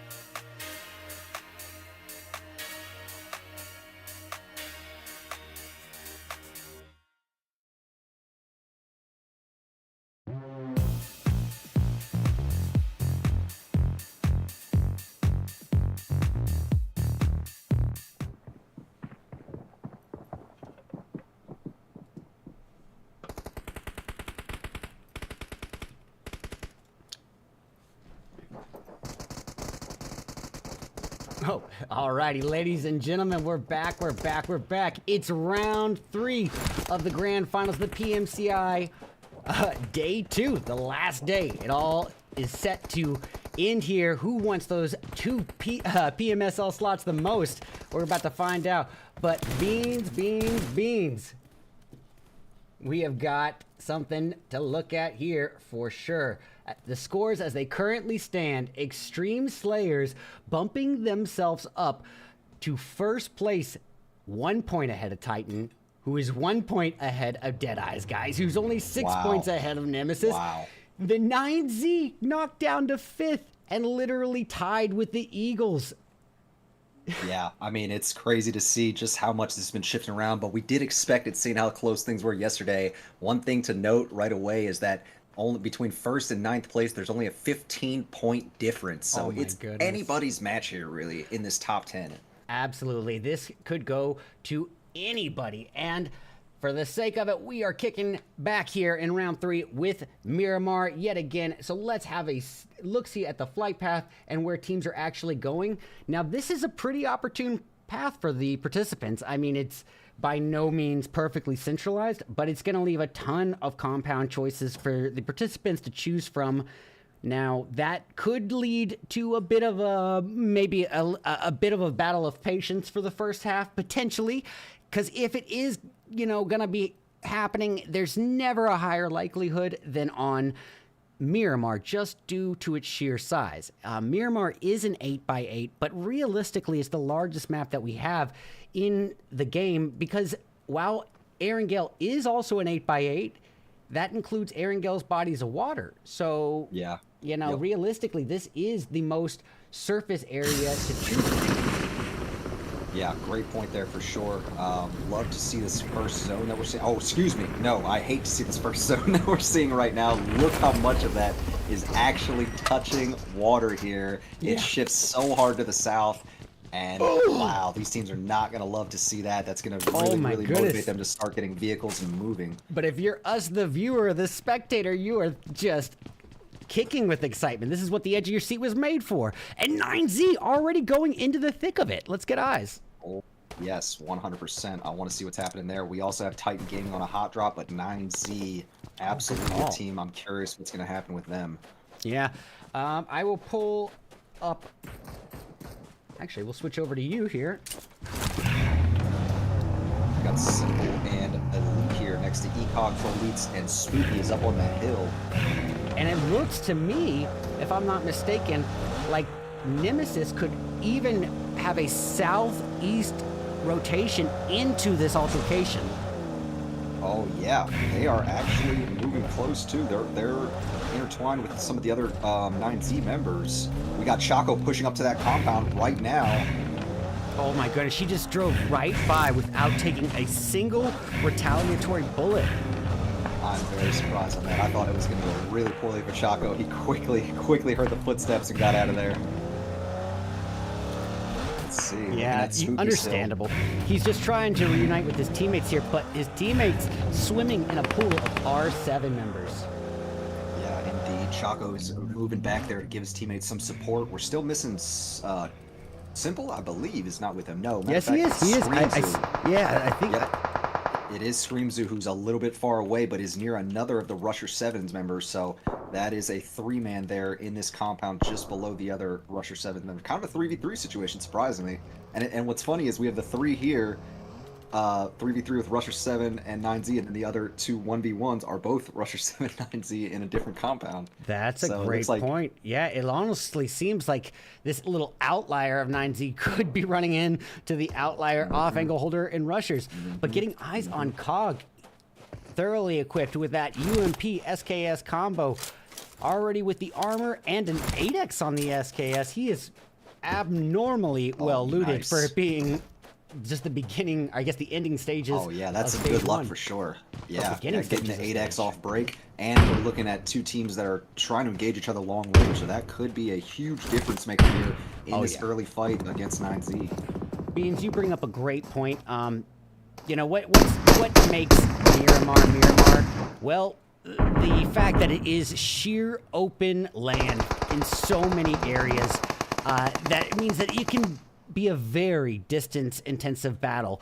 A lot of snipers utilized here, and you're not just safe because you don't have an enemy within your vicinity. You got to be alert of not just your immediate surroundings, but your distant surroundings as well. And 9Z and R7 are two of our top-performing teams, and so this could be a critical difference maker in the outcome of the event. Definitely. I couldn't agree with you more on that. I mean, 9Z, they started out yesterday with those 3 rounds in a row, and they've kind of come out a little slow here. So I do imagine that they are going to be getting it into gear here. You know, nothing better to motivate you than seeing what's going on. Then kind of struggling here, and we see Elite starting out with a nice set of shots there on ECOG. Yeah, and this is interesting. On the alt cam, or the alt cam, we have members of the Panthers and KR facing off as well. But as Choco pushing forward, he dishes out the damage, and somehow does not secure the finish right there. Oh my goodness! And he secures the thirst, no less. And right after I love their timing and saw a lot of action. The ISS Sentinels, they were quick to leave on this third party. Love to see that. Well, I do think you're right. Yeah, I mean, if you remember correctly, Sentinels had a few 3-man matches yesterday, and boy, talking about using that lack of numbers and accounting, adjusting their strategy accordingly. And look at this, when they do have the full 4-piece, they are willing to bully. Yeah, I'd love to see that they've woken up a little bit on their side. I think they are going to cause some issues here for some of these other teams going forward. Gonna catch eyes. Let's go see what's happening. We straight on a Paul and Titan game. I know they were both. Like, I know we had another thing going on with Panthers and KR Esports. If not, yeah, we right? did, but we have that still continuing. If you want to grab one, I'll go grab the other. All right, I'll stay here over in straight on a Paul and Titan gaming with their fight. All right, I will bring up the Panthers on the alt screen, and we have both of them just like that. Oh my goodness, Illusion. Pardon me, looking at the wrong. Illusion of the Panthers is literally just holding position as multiple KR members creeping closer and closer, and it's gonna be go time. I gotta put it on the main screen for just a moment. And Illusion coming through with the clutch. Well, his teammate Asta has been knocked. Illusion trying to get some better resources here. Gyro reduced down to half health, but able to finish the job and secure the revive on his fallen teammate Asta. That does leave one member of KR close by, though. And with Mombay still holding that off-angle, high-ground Overwatch position, anything's possible. KR Esports, they are heavily separated right now, that's for sure. You can see Blinky looking to maybe try to regroup over there with Membe, but also trying to get some loot, some good stuff here in the process in terms of heals and whatever else. And yeah, not trying to push over there towards that Panther squad. Yeah, why would you? At this point, you know, we talked about it last match. When you lose basically the entirety of your lineup in stage 1 or 2, I mean, at that point, it has to be a shift in strategy and dialing things way back. The Titans are up against the Goliaths that is straight out of Nepal. And as you see, Yes, Peasy, this has been a good fight. Peasy was such a phenomenal performer in the later half of the day yesterday when Titan really began to get their momentum. Peasy was one of their high elim leaders of it. You know, he really put out a performance. So gotta hold them to pretty high expectations here in day 2 when it all is riding on this. Yeah, you are absolutely right about that. Love to see some of these members waking up. I know I've seen Inactive do some big things before in our past events. This is actually our season. These are our season 2 champions. The roster has been shaken up a little bit, but I do believe Inactive was there last season as well. I think he was one of the overall frag leaders for them. So they've needed someone to really pop up. I expected Inactive to be the one who really started getting a lot of frags, but PZ is feeling here. Maybe had a few better opportunities. INF facing off in the distance here. I'm going to pull it up on my camera. Chills trying to reunite with his team here. Bad Boy with a position of Overwatch. 4x M4 trying to get a line of sight on the opposition in SLR. It looks like they did get a knock on Koi. Koi, a fish out of water, but he's got a little potential shot at being saved here with Whoa. doing the overwatch and covering as best as possible. If he can get a utility to enshroud his fallen teammate in, it might be the cover he needs. I love how INF is playing this. Bad Boy and Chill's holding on to that great angle. They got the 2-2 split going right now. Kunjdan looking for an angle behind, and you see Minato came up and did end up taking out Koi. SLR losing some members early on. Yeah, SLR, for, for what it's worth, it is a little bit surprising. One of the higher performing teams in the earlier stages coming through a bit reserved today. And, a team that has shown not just comfortability in aggressive situations, but honestly, a talent and a bit of intimidation into it as well. I mean, they are very good in their element of CQC. So to see them dialing things this far back, I don't know how I feel about it. I think I feel okay. I think, if anything, we could boil it down to not taking the playing field for granted, not underestimating their opponents, but at the same time... Respect for their opponents. Yeah, but at the same time, with only 3 more matches after this, and so much riding on it, those elims cannot be disregarded. You can't be afraid to take some of these on. Yeah, I mean, that is absolutely a great point. SLR kind of not playing how we're used to seeing them. They have, coming into the day, they were actually, let's see, where were they? They were number 7 overall, or actually, sorry, coming into the match, they were number 7 overall, so they're not out of it by any means. They are still 13 points back, but they really do need to get into gear, kind of start playing like the SLR we're used to seeing. Yeah, well, I think if your name is Super Lazy Reflex, we can't act too surprised if it's a little lazy at times. But, you only got a few more matches ahead, as we were saying. And how lazy can you afford to be with only 3 matches ahead to really acquire that PMSL slot? Well, Absolutely. It's SLR, so, Looking over at the Panthers, Mambe. they were just beautiful shots uphill on Mambe there. They got the knock. That was actually, I think I don't know if that was on the main screen, but I was watching the perspective when it happened. That was an impressive shot. Very, very short peek through time. And now the Panthers just try to get up in the window KR, but a third party from SLR, and he is swallowing the bullets and regretting that decision awfully quickly. SLR, as we were hyping them up and then kind of cautiously warning it, they lose Woe and are reduced down to half their lineup now.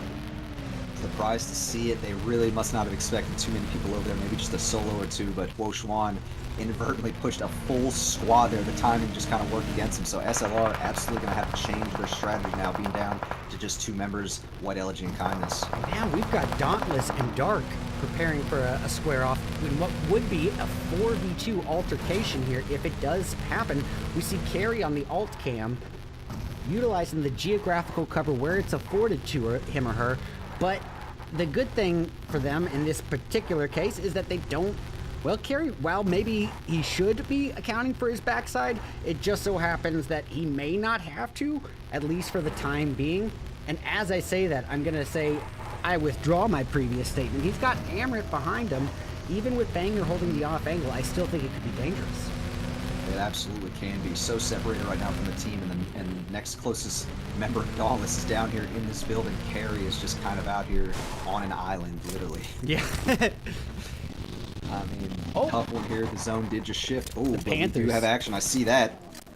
All right. And Dauntless just finished It's off SLR. Lotus real fast, too, before I see the ball. So let's go see. Yes, it is SLR. Kindness is trying to get some revenge. Talk about the reaction time. As soon as the Panthers put a bullet outwards, he just quick whips it, gets a little position behind the hilltop, and trying to retreat uphill to a position of cover and maybe even overwatch. But prioritizing that over healing, that actually comes only with experience here, because had he remained back there, it would have been an almost certain finish. I mean, he couldn't have had many more shots, at a quarter of his health. Not a lot more he could have afforded. Great point for sure. We're going to see how SLR is going to play that now. We mentioned they had to change their strategy when they were down to 2. They're down to 1 now, so obviously it's going to be just kind of survive, and chase those placement points. And SLR definitely underperforming here a little bit from what we're used to seeing. Yeah, I'm glad you said it. You know, someone had to say it. It is an underwhelming performance on their end from what we're used to. But hey, we're spoiled for choice sometimes. Yes, we are. And they do kind of spoil us with some of the performances they put out. We have absolutely seen them go off in the early rounds. They were making it look easy against some of these other lobbies, but yeah, they're definitely going against better opponents here, or at least some solid teams here who came in very, very well prepared. And Naomi taken down by the opposition in Nemesis. Kalikar, this is a great time to talk about geographical high ground and one of its benefits. As you can see, Kalikar able to revive Naomi without the single risk of attack until J7 rotates up the hill aggressively. J7 had the presence of mind to get up here in this slightly higher angle, was able to see D2 perfectly there. Amrit is trying to flank on him. J7 actually transfers to Kalikar there. He's feeling it right now. And now, Amrit and Naomi, the final hope here for Dark Esports. Amrit able to secure the knock on J7 right then and there. A 2v2 on our hands, I believe. Oh, pardon me, a 3v2. 4v... Wait, what am I seeing here? Well, they do still have two standing right now. Kalikar is down, and Naomi last one, and Naomi comes in and cleans up to get the squad wipe on Nemesis. Woo! Beans, you know what? Why that is extra important is because Naomi was the first one knocked, and literally Kalikar, using that high ground to their advantage, knew that there was no way without an insta push uphill from J7 that they would be in the risk of bullet fire. Best case scenario, the opposition could have thrown a lucky nade, but realistically, Naomi ended up being the difference maker in their team carrying forward here. So talk about the advantages of positioning. That position just saved the team. It really did. That was really useful for them. They had a lot of small cover in those foothills there, and I love to see how Dark Esports is playing one of our community teams, and they can't have impressed me more than they already have. Just the fact that they made it to grand finals here. They were pretty good in last season as well. They did come up short in the grand finals, but they are a team that's actually been looking pretty good here. We're looking at the scores. They're in 12th place right now, but we'll see. Maybe they're waking up now. Maybe they're going to start doing some big things. And now we're seeing a little love triangle brewing here between the likes of Sentinels, the Panthers, Titan, and actually let's go ahead and scratch it and call it a little love diamond here, because behind them there is the final hope for KHR Esports, Blinky, the little outlying threat that could still very much be a problem for all the teams we just mentioned. Yeah, absolutely. Those solos can really, really throw a wrench into the plans if you do not, well, if you don't take them on the right way. You know, they have nothing to lose, so they could easily go and get a knock and thirst on one of these scouts that some of these teams do send out. I'll definitely have to focus on Moso catches inactive over on the edge here as Titan Gaming NA pushes up towards this gas station. Yeah, and Peasy says that's going to be easy. So now, Titan with 7 elims already on the board, 5 of the 7 still going to the half that's up and about. So this is a pretty big impact here, considering their performance last match. It's really starting to build a little bit of traction to it. And oh, Doran with a takedown on Moso. Great shots from Doran, the jump shot. One Panther remains. That's going to be Gyro making his final stand. S12 M4 combo in hand. And you're right, dude. We have been saying, you've been saying that like the S12 really has been a pretty prominent weapon in this event. Like I'm so used to seeing the DBS being the primary shotgun, but I feel like coincidence or not, you know, the S12 has definitely been the more prevalent of the two. Yeah. And it's crazy. I love to see it, but I think teams are starting to like just the amount of shells you have. If it's full auto, DBS is nice. You can get that quick double pump, but when you're going against a lot of opponents, more than one, and you can bottleneck them, do that little 300 thing that you were mentioning, oh, dude, it can be so useful. I've been calling it the 300 tactic for years, and you just said bottleneck, and I realized that is so much better of a way of I'm never going to say 300 again. I love that, though, too. Oh, my man. gosh. It reminds me of back then, and that's exactly what we're seeing here. For Sparta! When numbers mount for nothing. Well, Gyro, oh, thank goodness there's only 100 people hearing that voice. Well, Gyro ain't gonna help you. The Panthers are back to the endangered list as the Titans strike down, acquiring their 9th elim here, carrying on with the same two who were able to bump themselves up from 5 to 9 right then and there. We just saw Blinky try to creep over towards that Titan Gaming NA fight and get a knock on one of them. Actually did some decent damage on Doran, and now all of these members are taking huge damage from the blue. PZ Doran trying to heal up. Blinky just got thirsted by that Deadeye's guy. Remember, Yeah, Blade. and just in the nick of time, too, because he was honestly about to be eliminated to the blue zone in best case scenario. And so Blade, easy elim under his belt. That'll be his first elim, and ironically enough, Deadeye's first elim of the match. And after what we saw last match, I don't know how I feel about this. I don't feel very strongly, considering how they had literally still have 3 members up. It's a very slow hurdle for them. And while, yeah, it did pan out somewhat beneficially for them last match, they did make it all the way up to second place. And that's 8 points. That is 8 placement points. Can't argue with that. But without some elims, there's no way to contend against teams like 9Z and Titan. Yeah, 100%. You really need to have those limbs here. Deadeye's guys are playing pretty passive over the past few matches, at least the past 2. Definitely a surprising thing for me here coming into this day 2 of the finals. But we do see them kind of moving up here towards this Golden Eagles group, at least moving uphill, although I think it is going to be a slow move up. They're really not looking to engage any of these teams out here. Yeah, Ooh, Blade was ready to do some scouting, and I think realized just outnumbered, outmanned, and outgunned. But as you noted with that oof, Dark Esports sandwiched in between a rock and a hard place. The rock is Extreme Slayers, and the hard place is dun dun dun dun dun dun.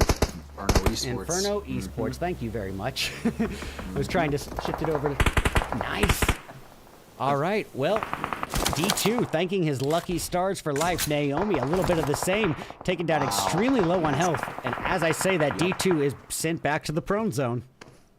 And the caster Robert curse. GG sitting up here above him, and yes, he heard it. Oh, there he is. And keep on that. Extreme Slayers getting a few limbs here early, kind of still bringing in that momentum that they picked up in that earlier round. And I like their position right now here for sure from the north side. But, again, 1 elim to a full 4-piece of Extreme Slayers. It is certainly a little bit of a slower strategy than we are used to seeing from some of these teams. Without question, yeah. Oh, we actually do have something on the south side right now. I got you on the main screen. That was impressive. Man. I switched right in the nick of time. I heard it. And now it's on Doran alone, and he is done. The Titans have fallen. They're going to play 6th overall in this one, and they do end up getting a few limbs, though, in the process. 9 limbs in the process, so that's not a terrible round. We'll see if it is going to be enough to get them back in that first place slot, though. Interestingly enough, Hayuya and Brady of Extreme Slayers putting the work on Dark Esports from 2 different angles here. Dark Esports, as we noted, the deli meat in a peanut butter and truffle sandwich, and Extreme Slayers and INF are the bread. This could spell trouble if Kalikar and his teammate Naomi are not able to reunite with one another as a singular unit, at least provide that potential for a revive. Yeah, 100%. And at the same time, these 2 are not liking where they are right now. The whole time they have been in between a rock and a hard place, like you mentioned earlier, with Inferno and Extreme Slayers, and they're really just trying to survive here, just hunkering down and just trying to play this as offensive as possible. Neither one of these teams are going to be able to just push right up on that Dark Esports team without leaving themselves exposed to the other. So they might be able to stay put for a little bit, but you see Kalikar already taking damage, as is Naomi. Oh, man. Yeah, and this actually should have, in their mind, probably been one of the situations where hanging out on the outskirts of the safe zone would have been more advantageous. And it is a great point, because Miramar is a bit of an anomaly, and it's so open that sometimes in the later stage end zones, it can be a bit counterproductive for that early migration to get that new real estate, to get that best positioning, because as it is so open, it's open field for picking. You're fish in a barrel, and hanging out when there's this much geographical high ground on the outskirts could be basically lining yourself up to get a lot of third-party elims. Yeah, I agree, and we've seen a few teams kind of embrace that third-party approach. Golden Eagles is one I can think of. They were getting a few. Well, they were actually getting third party last round by Rusher 7, but Skills. in the past, at least in yesterday, were looking to put themselves in those positions to get themselves above a fight that they hear and grab some easy elimination points. Especially from them yesterday. Oh, yes, great point. Well, Frady putting the hurtin' on the final hope for Dark Esports Calicar. Calicar going to exemplify just how beneficial one of those vehicle covers in an in-game can be. You gotta give Calicar big props. Staying alive here. It's been probably 8 different players just staring at him, sending as many shots and grenades and everything else at him. He's listening. And that he's gonna finish him off. Yeah, Frady. Well, it is a lovely story, and Frady is going to be able to, with that, get his second elim and the team's fourth. We see quite a interesting shift here. Look at this new zone. All teams on the outskirts of their zone. No team is taking the bait for that early rotation, except the Eagles, who have the reason for it. They have the high ground yet again. Wow, you can see Chills in the distance with a bit of high ground of his own. The problem is that if the Eagles have the numbers in their favor, Chills won't be able to peek without being vulnerable. So that overwatch and protection for his team is basically rendered useless. Yeah, 100% there. And INF, I mean, they do have a decent spot there, but their split right now isn't doing them too many favors, in my opinion. Minato's down here in this compound, not holding on the high ground. And if one of these guys does go down, they're going to be having to scramble to get that res off, to get their teammate picked back up. Bad Boy did just take some damage, but got healed up. Yeah, that's a great point. And give credit to Chills. He's doing his best with the Overwatch position. He wants to get that line of sight, that scouting info for his team, but as we were just mentioning, it does leave that vulnerable peak. He is able to keep the pressure on the Eagles, firing shots that he knew were not going to connect, but it kept that pressure factor, prevented potentially a few of the peaks from the Eagles, and may have bought INF the time that they needed. Yeah, I think you're right. That has opened it up. These two are focused on each other now. And, Deadeye's guys also taking shots at INF. Yeah, well, if there was ever a time for a third party, the Deadeyes know that, hey, we need to get some elims at some point. Here we have Leon facing off against the Eagles, but at a low ground disadvantage. And Jawoon getting the off angle. Yes, Jawoon sees Leon start getting a nade there, and it looked like it was going to be perfect, but it just sailed. Dooku is down from Golden Eagles, so it's a nice 3v3 fight. Let's see if these nades are going to be effective. Ked trying to cook some to get him right over top of him. And good nade there, did some damage. Follows up there. Nice shots from Ked to take down Leon and Beast. And DeLeon is down. Blade is the final hope for the team. And boy, we're talking about a Shack potentially being a team's undoing. I wonder if we're going to see that. Blade taken down to half health right then and there. And look, Bad Boy aggressively pushing forward. He does have Minato providing a little bit of overwatch and cover for him. But that nade, fish in a barrel, baby. Boom. No, he misses. Just missed it. He's going to try again. You don't Let's succeed. see if this one hits. Try again. And miss again. And it's the window. Yeah. The window is being blocked, I think, is what it was. So see. he was just trying to blind throw that. If that had hit, I'd have been pretty impressed. Well, with the Eagles still holding that high ground, it could still spell trouble, not just for Blade, but for Minato and his other outlying teammate. Golden Eagles were down to one member left standing, and they got all of their reses off. And you know why? That is it's pretty because good. of that high ground advantage. Once they had that, nope, I'm correct, yeah. So Dooku and Jawoon, as soon as they'd be knocked from a member of Extreme Slayers, especially in terms of Frady and Remix, they're out of the line of sight, and that could have bought them just enough time to get that P5. But look at this. It's a trade of utilities. Robert GG throwing him out, getting him back thrown in retaliation, and taken down to just above half health. We got ourselves 11 people left across 3 teams. Dooku with some great shots. I think he was able to catch Robert by taking shots underneath of that that trailer thing, whatever that thing is called, tractor. That's what it's called. And nice angle there for sure. They're going to try and follow up with a molly. Not able to hit though. Yuya should be able to get Robert picked up, and yes, he does. Yeah, and that I think that really we can't really denounce the Eagles or INF for not capitalizing on it. At this stage, that wouldn't have been a very smart move to push out when you don't know where the members of the third team are. Definitely. These other teams are just begging for an open third-party opportunity right now, and you can see these three teams all kind of have their back against the wall. They're not trying to give up any free angles from the left or right. Frady getting a nice angle on Chills there. Hits a little bit of damage, but not enough to get a knock. And we are about to get an in-game like you have not seen today, ladies and gentlemen. Open field, only building cover goes to Chills and Frady at this point. All-out bloodbath warfare awaiting us. Yeah, this is not my ideal last circle. Anyways, I usually do better in the city areas, but there are a few nice little hills down there in the middle that I think are going to benefit Extreme Slayers a lot here. And we actually have Rana and them pushing up towards this compound where we have an Extreme Slayers member, Frady, laying down already. Boy, but Frady, the fish in a barrel in this case, nades being thrown in with just basically blocking the explosion in his path here, taking him down to below half health. He's got to heal up, but now Remix pushing towards INF. Oh, I love the confidence that Remix is pushing with. He does go down, but he was able to get one knock from INF. Crash that now. That's not. And let's see. Going and pushing that, and Frady going down. Situation. Actually, it's a 4v2 situation. Yeah. Golden Eagles in control.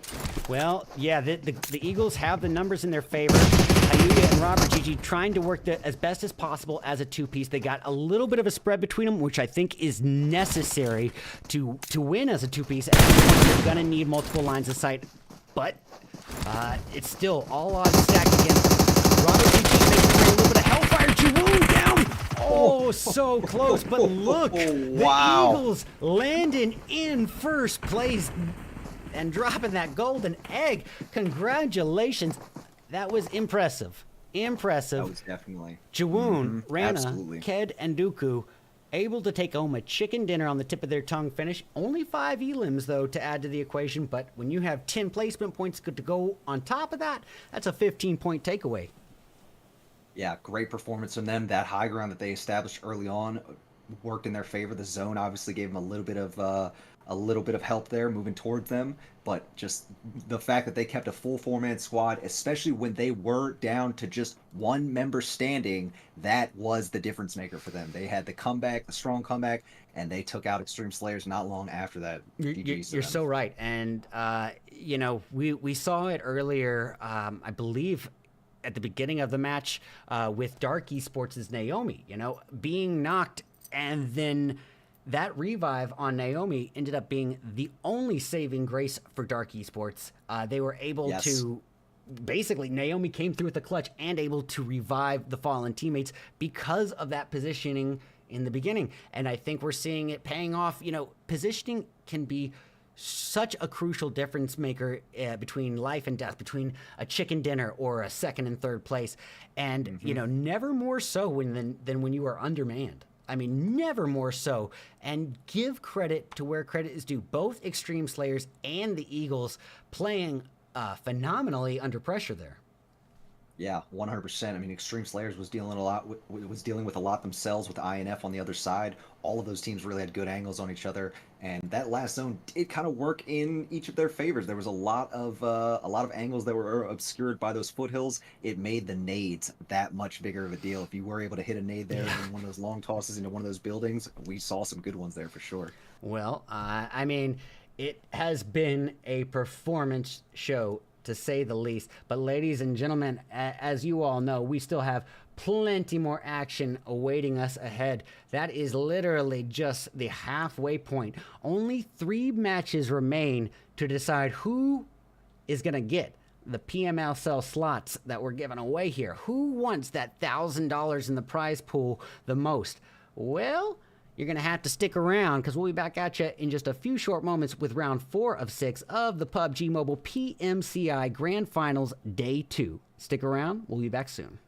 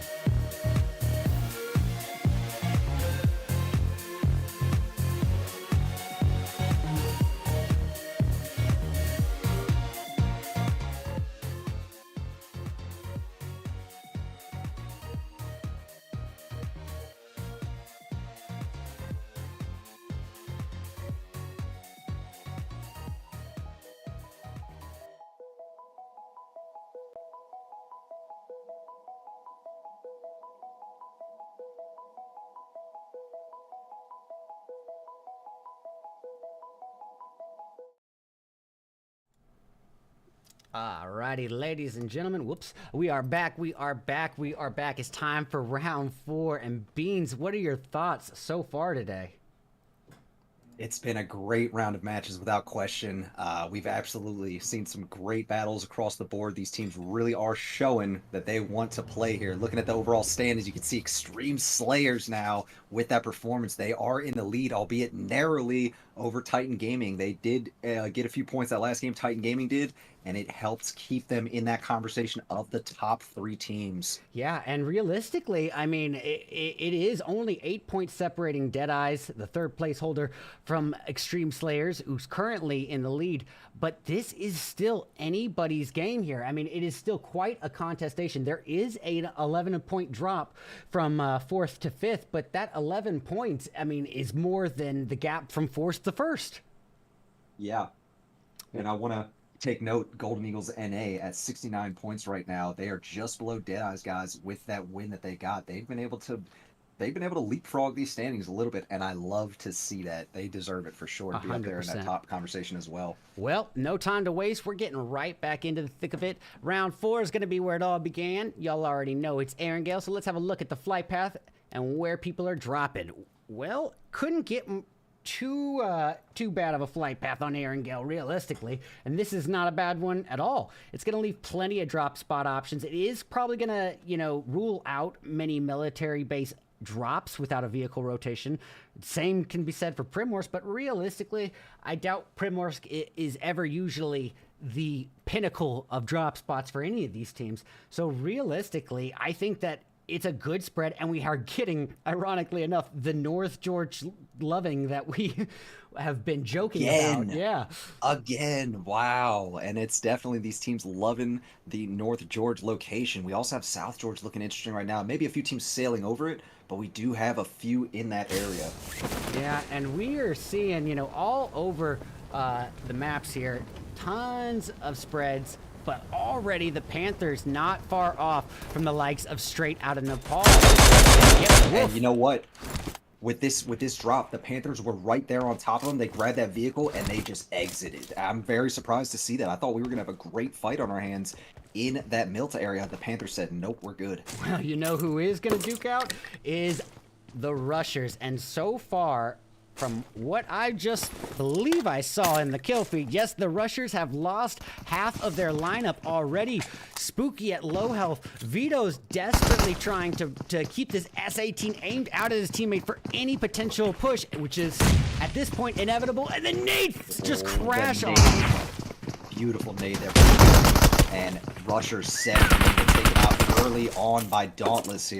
Rushing right back to lobby here, unfortunately. And I think in the previous Erangel match, I think it went the other way. I think Rusher 7 or one of the other North Georgia pool teams, they took out Dauntless, so Dauntless getting a little revenge here. Yeah, hey, dished out cold, fast, and I can't argue with it. Love to see it.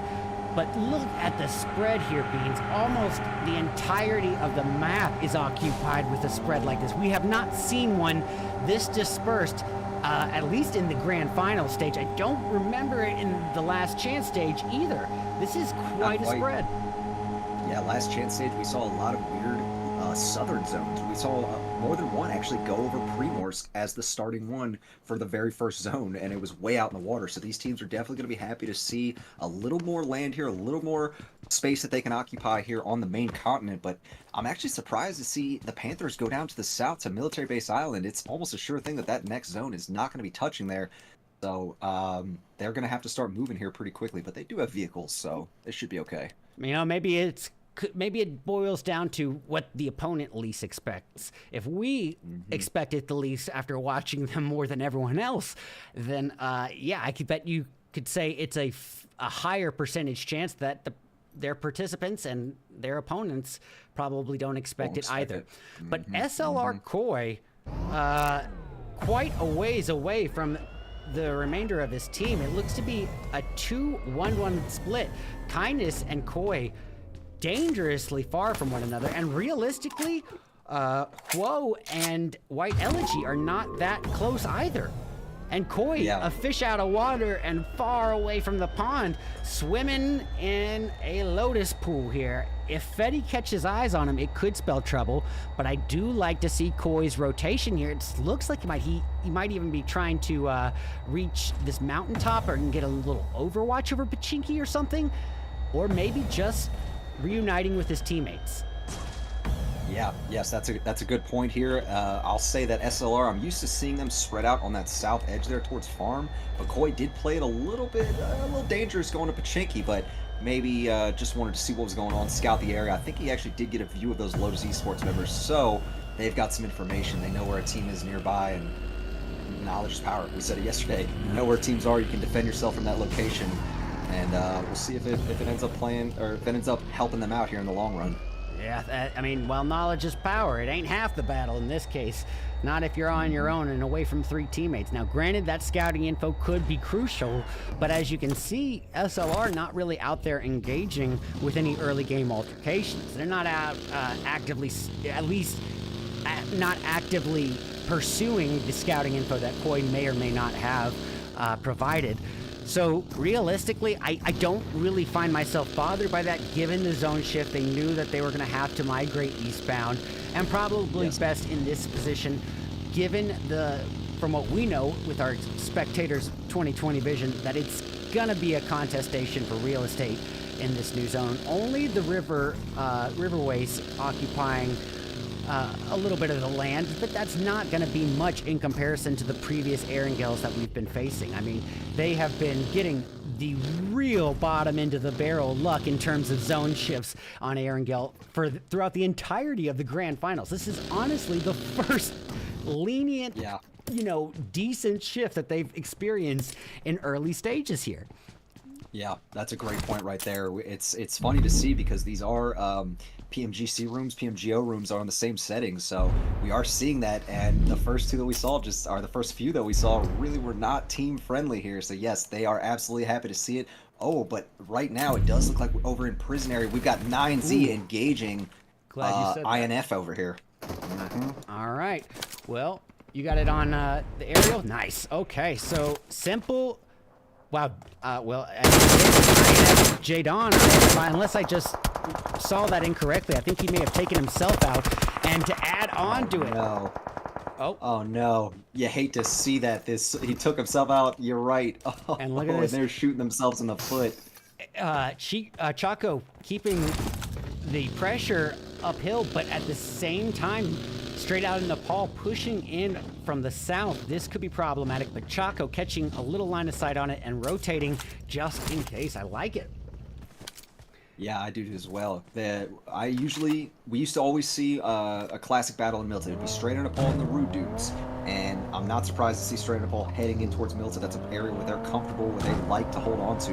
Ooh, but towards the middle of zone, it looks like SLR and Lotus both had the same idea. Yeah, whoa, I am just shocked that he did not take any fire there whatsoever. Just driving through 2 different 2 pieces of Lotus members, and 2 of those Lotus members had a high ground over them, and not a single bullet fired outward towards them. Just, I mean, feeling invincible in the Bentley.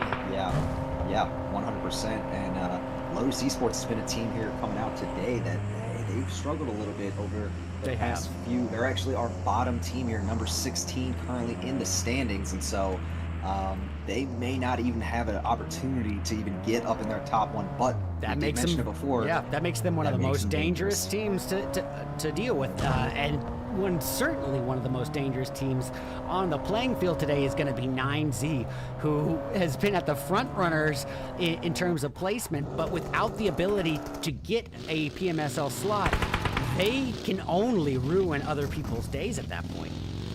Yeah, that's a good point with them as well. They've been dominating, but they have power right now. They can absolutely do some things here if they do end up taking out certain NA squads. It could really spoil chances. It could really help others' chances. So I do love that we got a few of these teams in here that aren't quite here knowing that they can get a, or they know that they can't quite get a spot, and that will most likely affect how they play things. We may see teams going for crazy pushes that they wouldn't go for otherwise if they knew that they were maybe in that top team conversation.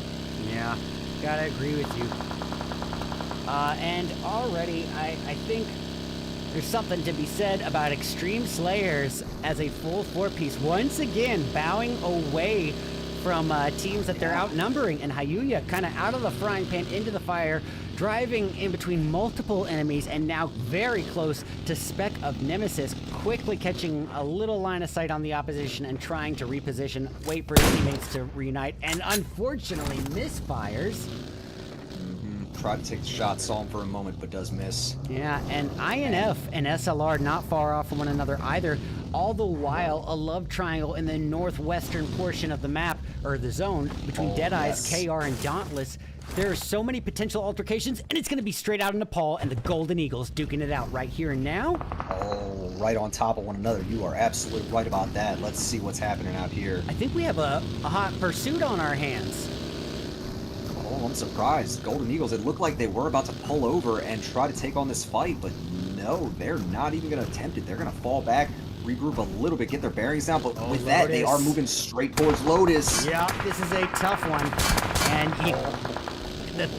the problem here is that the Golden Eagles have the every man for himself vehicle strategy, which comes with a set of advantages, and that you're not all going to be taken out in one vehicle explosion, but then turn the tides. You don't have anyone on the back of that buggy to provide any sort of cover fire or protection for you, so you are essentially 4 vulnerable teammates with no way of firing back other than exiting that vehicle.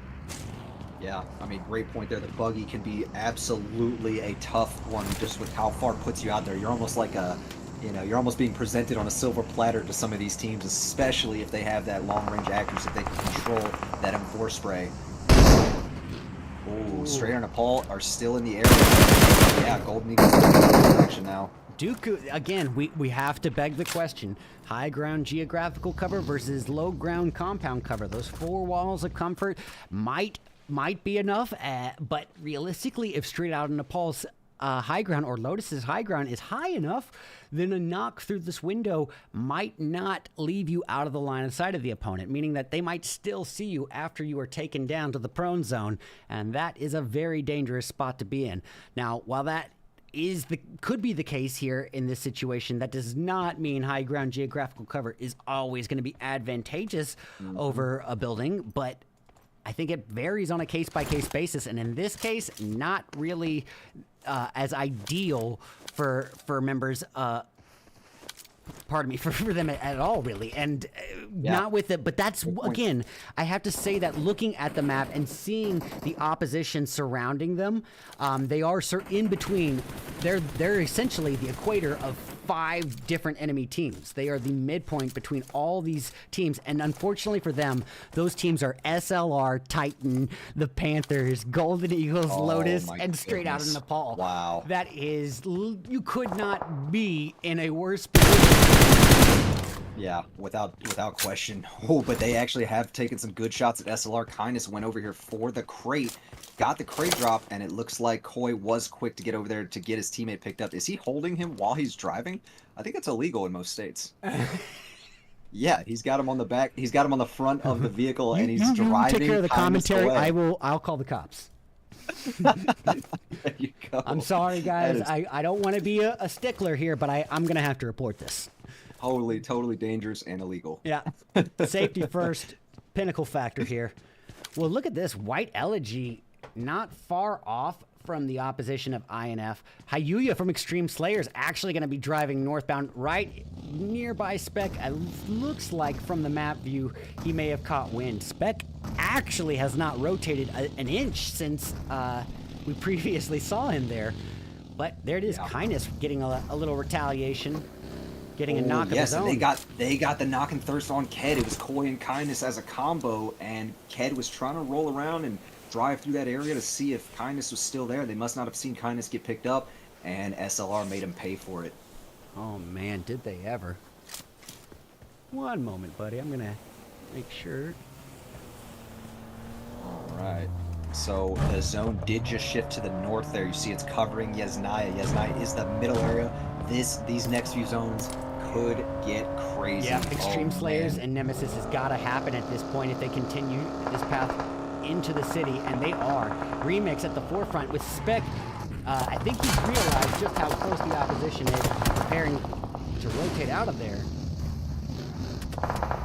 Yes, we're for sure. Nemesis taking the hospital side, or taking that building, that hospital building in Yasnaya. They're going to like that edge. That's actually going to give them a good vantage point over the city. We've got Dauntless over on the other end, and out here coming in from the fields, we have the Panthers in there. Everybody is just making a break for Yasnaya. Oh boy, and the Panthers crash the Dauntless crew. Claws laying a on them over there. I thought the Panthers were endangered. Well, someone did not tell Claus. He does not care, and yeah, that cat does not have 9 lives. That is down for the count. Claus going to try to get a nade to build onto this momentum. Asta is down by Carry. The nades. Poppy Triste's down. It's all an illusion. The transfer was beautiful. Did they just there. finish them off?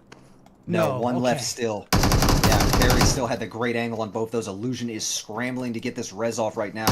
And yeah, Dauntless wants this. You can see they're not going to back off this. They're getting nades ready. Not exactly sure what building they're in. You can see. And they hear it now. Yeah, Claw's cooking one up. Oh my goodness. Illusion. Nades coming back in. Illusion throwing nades back of his own here. Woo! Nice nade from Banger. Very nice nade. Well, hey, living up to his name right there, dropping a banger on Illusion, and Papi Triste soon to follow. The Panthers falling down a little bit there and eliminated, well, I guess in 15th place here. That is a tough one.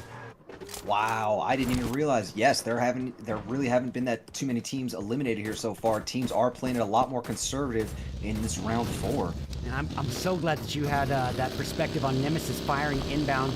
I do think Nemesis could be a focal point here to talk about, just in the off chance that they do fire at Extreme Slayers. They've got SLR behind them and with a potential high ground over them that they might not know about. And so if Fate or Erlin or Spec engages with the Extreme Slayers from any position of vulnerability behind them, it's almost like a certain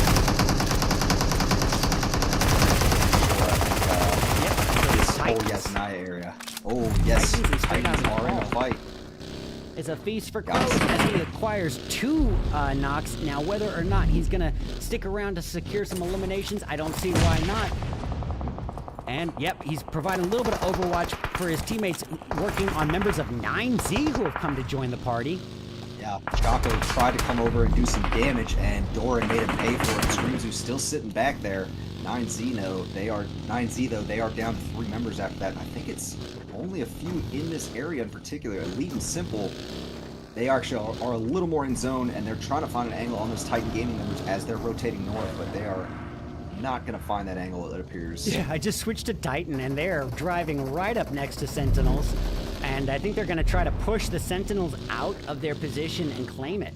I didn't look like they were trying to necessarily just aim upwards or anything. It looked like they were honestly rushing Sentinels out of the position, but apparently not.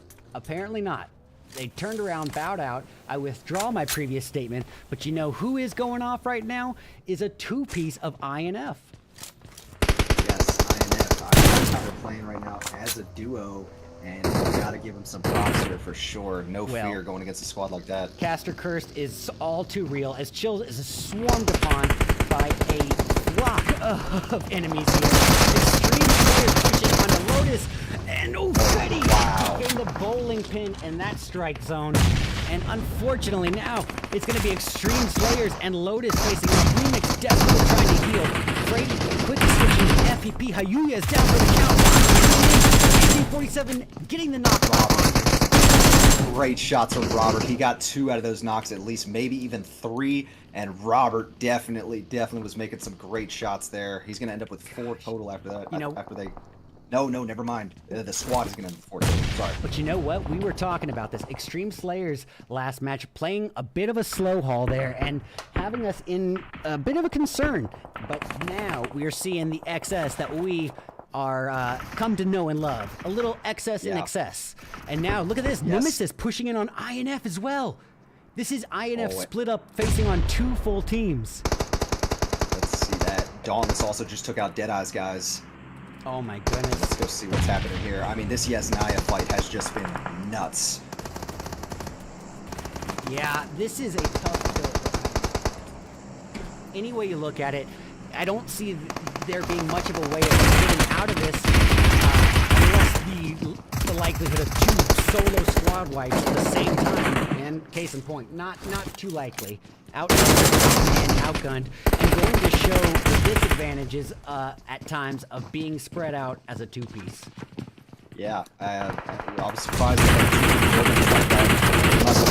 into that position. Nemesis is able to catch that last INF member from the 3rd floor across through that window, and INF will get squad wiped here. Yeah, but now look, Berlin cooking up a nade for Frady. Frady across the way, and Remix both cooking up nades of retaliation, but Remix is sent back to the prone zone, becomes a belly bandit, and it's going to have to be a little bit of assistance from Extreme Slayers. Berlin, smart to wait for it, for the opportunity to strike, but he did miss his chance there.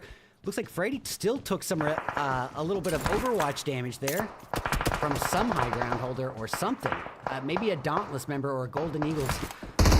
And it's important to mention, you know, Golden Eagles are still definitely in third-party range here. Yeah, 100%. I mean, almost all of these teams are with how close quarters this is getting here. Maybe Dark Esports is out of that, but looking at all of these other teams in close proximity, absolutely third parties for days are on the table. Dauntless is actually moving in this direction. Yeah, they're coming for a little third party ironic timing, but J7 throwing nades, and you know those enemies are upstairs. They're throwing some back. Those enemies, I believe, are going to be extreme I withdraw that. And those enemies are extreme that. slayers. I take that back. Yeah. Well, they completely just evacuated the upstairs of the Nemesis building, and they're in their own now. I'm surprised to see that. They were quick to do that. You can tell that their IGL did call out to evacuate the premises, and they're going to stay where they are right now as Dauntless moves up next door. Golden Eagles not far away either. This edge of Yasnaya is absolutely looking like a dangerous place. Yeah, no doubt about it, Beans. Oh, sorry about that. Okay. A little outlier of the zone here. The off-angle holder, but really vulnerable potentially to the high ground in KR Esports. And look, yeah, as well as J7 of Nemesis, he clearly has some knowledge of the Eagles' location and trying to keep the pressure on him, maybe even get an easy shack now. Yes, 100%. The whole time, everybody and their mom is taking shots over at Esports across the way. SLR, Nemesis, anyone who has a view in that direction. White Elegy actually just got knocked on the other side for SLR. I'm not sure who returned the shots in that direction. Well, AJ Murr, the final hope for Dark if he's not able to get the revives off. And I don't really think he's got a lot of options here. That zone is here. The hay bale, the only thing separating him from a line of fire, and multiple heavy hitters right in front, already claiming their positions. Titan Gaming being there is going to make things very, very difficult for Dark Esports to do much here other than just try to play the blue and heal through it. But it's still so early, that's not really a viable strat at the moment. And Over here Sentinels looking at KR Esports on the edge. Oh my goodness, I gotta zoom out just a little bit. This is a slaughterhouse here in Yasnaya.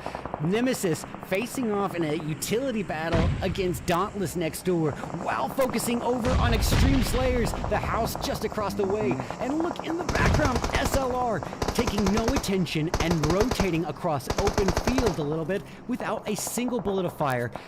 As I say that, the team that really stands the most vulnerable against SLR, focusing in elsewhere, getting knocks. That team is, I'm of course referring to Titan.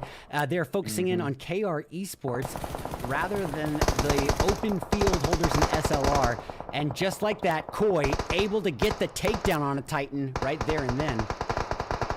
Yeah, that was a great angle. SLR has been just pressing it, moving up, looking for better angles on this team. We saw him using that angle against Dark Esports to really light them up, and now Titan Gaming is SLR's main focus. Woo, I see it in the chat. They're saying Dauntless is cooking. Well, we are about to see if they're cooking up a chicken dinner or not. Kindness pushing forward for the likes of SLR. They are going to face off. And Kindness is going to learn that chivalry may be dead. And Koi, a fish and a bird. A fish in a club. One thing I wanna throw out there, Dawn's already coming with 13 eliminations. They are absolutely cooking, but Crow with the nade. Oh, nice nade there from Crow. Well, that's a new way of going fishing, ladies and gentlemen. And oh my gosh, I gotta stop with these dad jokes. Crow keeping the hellfire just crashing. They are trading nades. Oh my goodness, perfectly thrown. Whoa, not messing around. And just as we say it, I believe, as we said that, we just lost a team in the distance. KR Esports is out of the equation, and now down to just our final 5 teams spread across 12 people, Beans.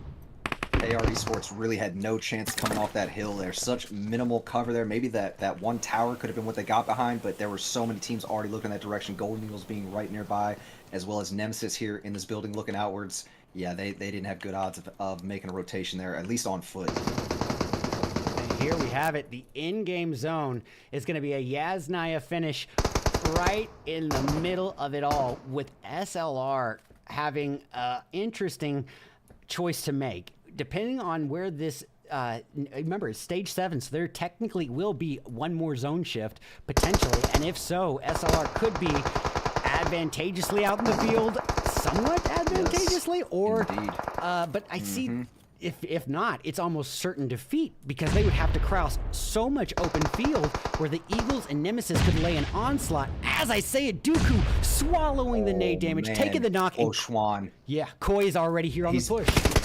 Oshwan has been on point with these nades. He was the one that got the knock on Dooku. You see Koi tried to move up and did get hit hard by J7, I believe it was, and SLR just getting bullied in this situation right now. And ironically enough, Quo holding position behind the hay barrel when he would have had his best opportunity to shoot an eagle from the sky, but unfortunately, going to Great knock there. Great knock. He had a great presence of mind to look down there. Nemesis is pushing from their side right now. They are giving up their building. You gotta, remember what we said, you know, at some point you have to switch it up, and what better time? You've already made it to the top 3, and now you've got your opponents weakened and knocked. Nemesis has 3 people up in their name. It's a good reason to push. Yeah, without question. They know they've got numbers right now, and they were able to get a good view on the zone there from their high ground, and this is absolutely the time to push. J7 will confirm that knock there on Koi, and we got a 1v1v2 right here, if I'm not mistaken. No, never mind. Ked just got taken down, so it's a 3v1. Excuse me. All right, yeah, it is a 1v3. Let's just tune it in from.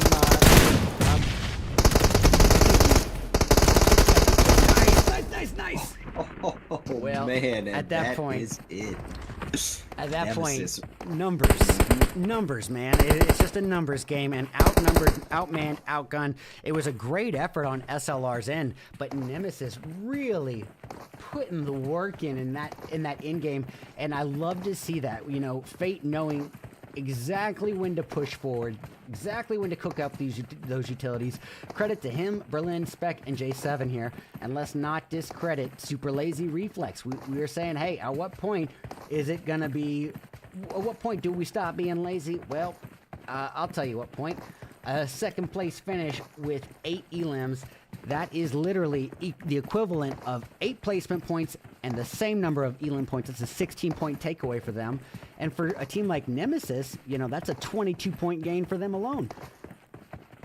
Yeah, very, very useful for them on those points there. They kind of needed it. They were sitting there in 5th place coming into this match here. One thing to note, Golden Eagles, 2 top 3s in a row. They didn't get a win there. They only got 2 elims total, but they do get that top 3 or the 3rd place placement points from that. And I think that is going to very slightly keep them ahead of Nemesis in the standings. 7 placement points, 6, 7 placement points, 2 elim points to add on to it. That's going to be, you know, 8 or 9 points. It's not the best gain for a match, especially when it's this closely packed. But given how the Eagles have performed pretty well overall, I mean, it's not going to be a huge detriment to them. But, you know, as we were noting, there's only a few more matches left. And with so much riding on this, time is of the essence. Yeah, there's going to be a few questions answered once we do get these next live score points, because we mentioned Dauntless earlier. They are sitting there with a total of they got a total of 14 elims there in that last round, along with the placement points, and that does skyrocket them a little bit there. They are going to be right there neck and neck with Golden Eagles NA and Nemesis right in that 3, 4, 5 range. But Extreme Slayers, with that performance that they just had, I think they are going to be holding on to that top spot coming into this next round. Yeah. Well, ladies and gentlemen, we still have 2 more rounds ahead of us. Only about an hour left of gameplay to decide who wants the PMSL slots the most. Who wants their slice of that $1,000 prize pool the most? Well, tune in just a few short moments, but we'll come back at you with rounds 5 of 6 of the PUBG Mobile Control Invitational Grand Finals Day 2. Stick around. Be back soon.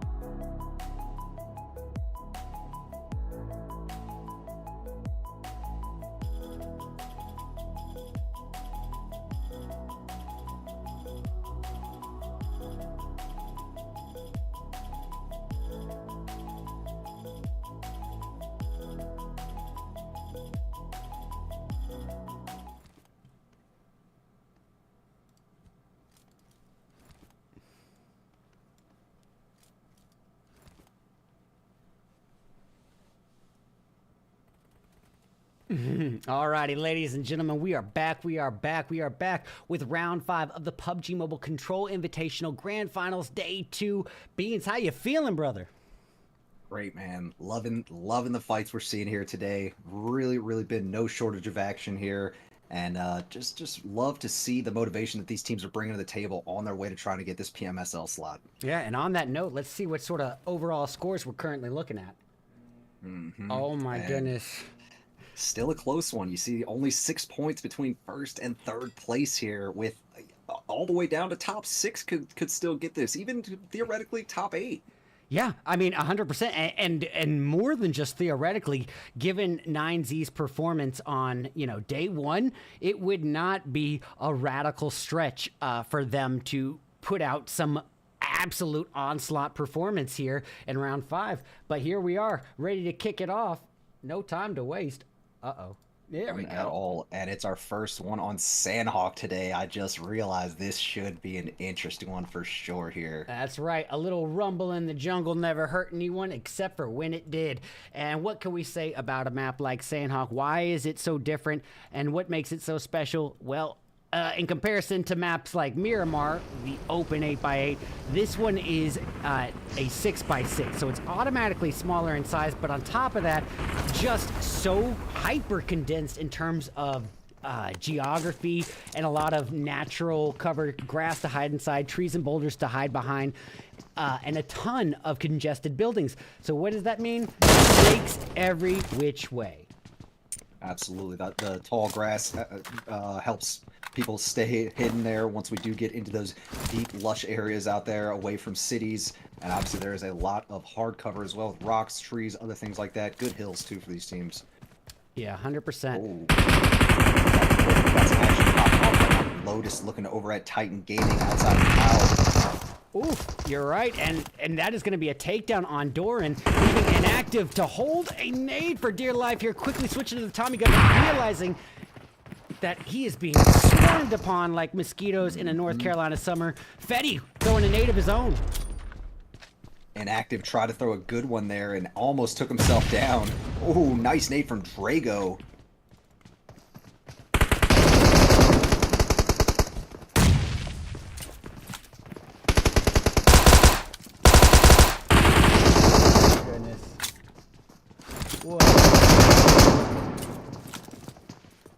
Inactive, his final stand here, perched on the top story, Tommy gun in hand, no shield, actually dishes out very significant damage.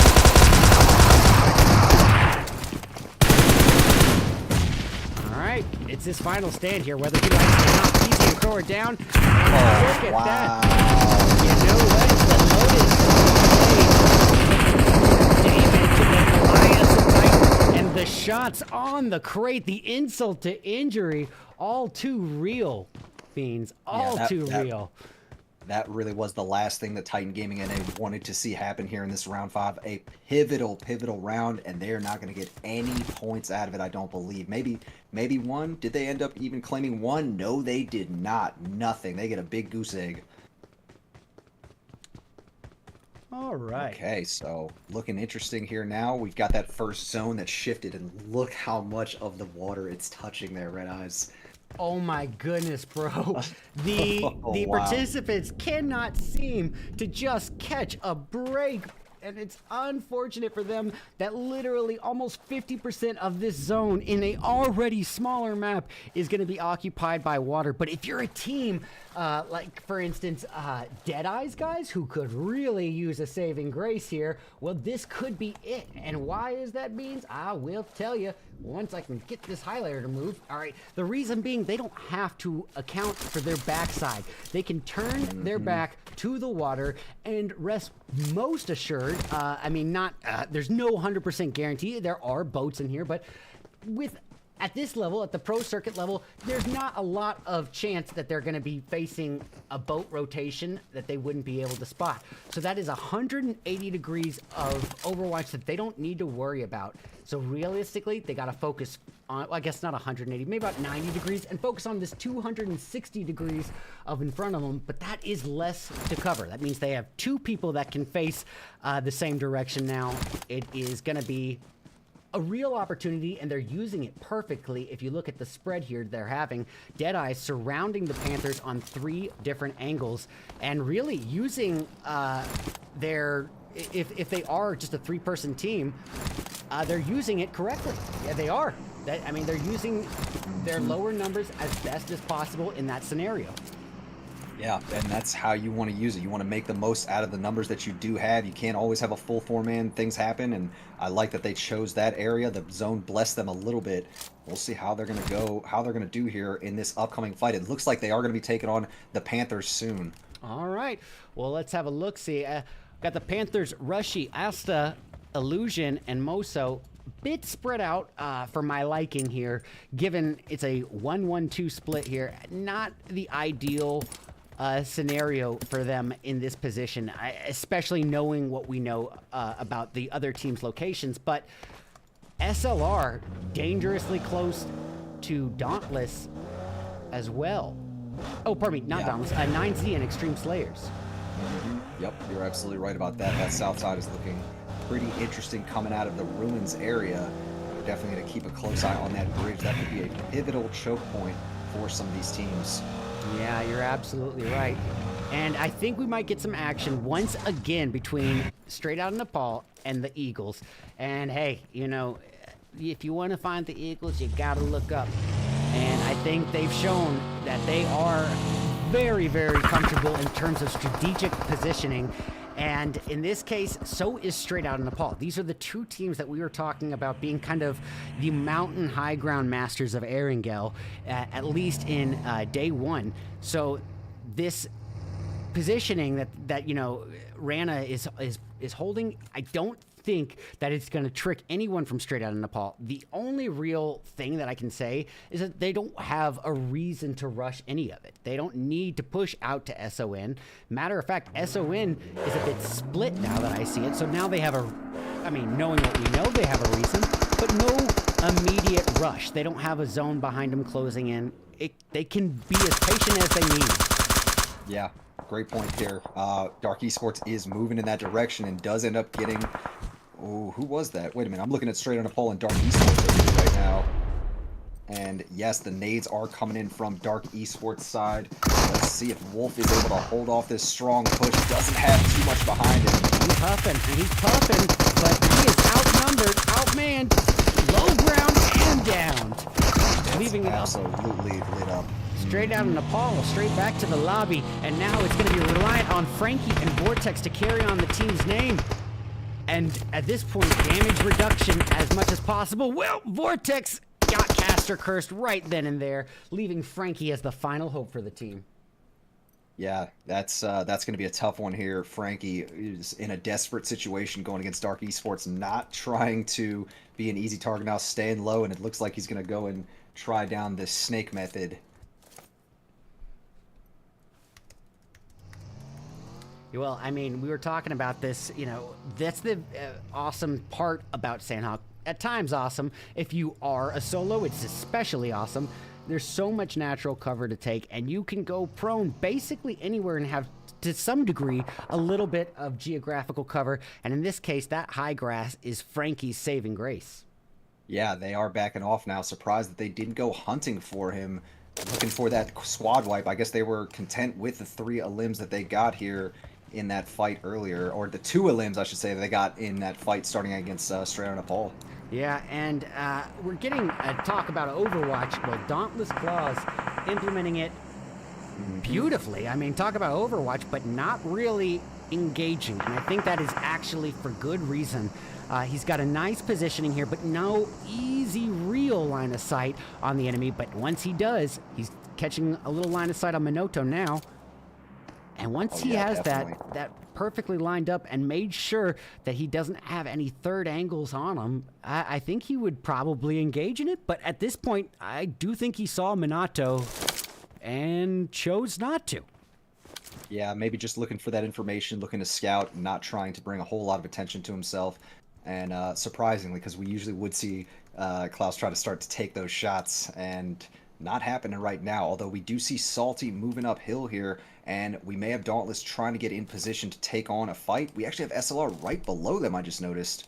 Ooh, good call, good call, good call. Let's catch a little eye on SLR. We got Kindness, Hwo, Elegy, and Koi. Koi already with 1 elim to his name, and talk about positioning. Oh, man. Using the geographical walls to his favor. All the while, Rushers going off in the distance. It looks like Rushers... pardon me. Who was no, that you're right. from Rushers? Them and BIS Sentinels are right on top of one another. Yes. Okay. Let's see. Oh, and 9Z in the distance. But yes, Sentinels and Rusher 7 definitely fully focused on one another here. I am trying to switch over. It looks to be a little bit of a glitch error here. We'll see if we can do it the old-fashioned way here. Old-fashioned way is the best, right? Hey, I mean... If you aren't used to technical hurdles, you aren't commentating right. Yes, sir. Yes, sir. These two are actually trading, but the blue is here, and I'm not sure. Well, no. Sentinels are coming up, and Nosh is moving in position to engage these guys. Pardon me, I was talking about Straight Outta Nepal's Frankie for a moment. Yeah, you're right. We'll catch eyes on that right here and now. We got Cog and Bullets now remaining, but Cog is the final hope for the team, making his final stand, swimming in a sea of blue juice here, and it's going to be a trade of utilities here. Krish throwing some outbound. Cog using that info to try to gauge back, and he does! He takes Jit down. Krish clinging to life by a thread. Nade. Wow, what a nade. Let's see. A rumble in the jungle is on our hands, Beans, and now can Cog continue what he has built here? 2 birds, 1 stone, it's possible. Just barely missing the mark. Just missed it. If he had thrown it a little bit with a little less quick time on that, he would have been able to get that knock. And let's see. He does still have to worry about Nosh over here on the other side. We also have Golden Eagles and Lotus fighting elsewhere, but I really think this is going to go. Yeah, it is going to be a tough one. And that candle is burning bright, baby. Rushers getting rushed to the emergency room right then and there, and Sentinels maintaining a little bit of momentum here. Yeah, I mean, that's definitely what they wanted to see. We mentioned it earlier about how they kind of needed to wake up, and BIS Sentinels, they are a different team today in day 2 without question. Love to see how much more willing they are to openly engage opponents, and they took that fight moving out into the blue. If they were trying to play a conservative, they could have moved just for position, but no, they wanted those elims there, and they absolutely got them.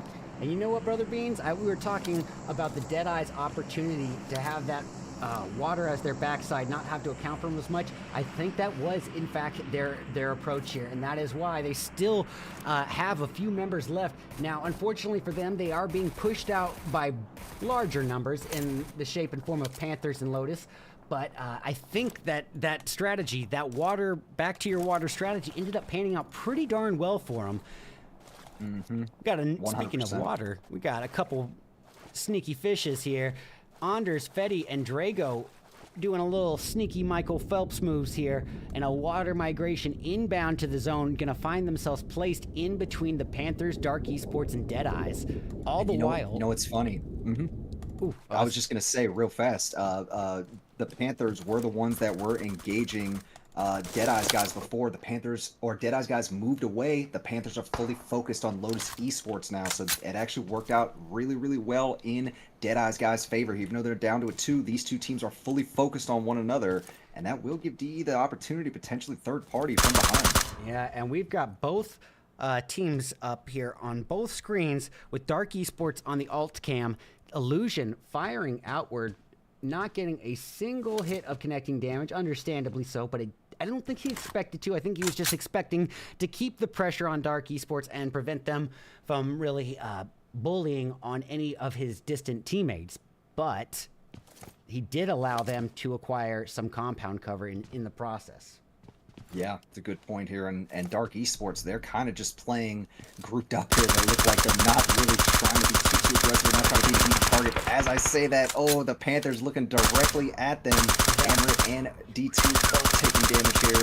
Down he goes. We had both sides of it. And now that's going to leave it on Kalikar and his remaining teammate, Amrit.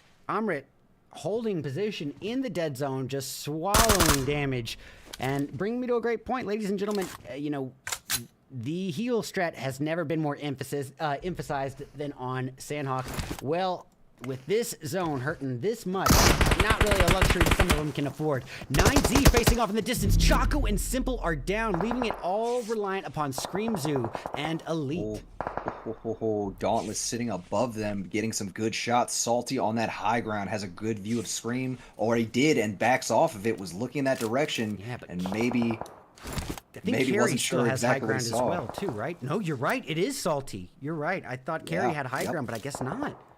They're kind of all holding the same little edge here, but yeah, let's see how Elite is going to play this. He is Salty low has a right now. view. Salty clearly has a view. Yup, and it's going to be a hailstorm of bullets thrown downward at Scream Zoo, who is already low on health, taking that dead zone damage with no meds. It's bye-bye, birdie. Indeed, that was a good way to play it there. Salty was patient, and the patience did end up working out for him. He didn't get the...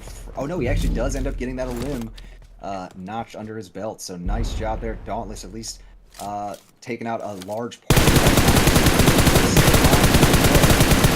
Yeah. See what he's able to do. You know, interestingly enough, the Eagles still, you know, a swimming bird right now, so to speak. Dooku and Rana are the final hopes. Ked, one of their... Oh, you know what?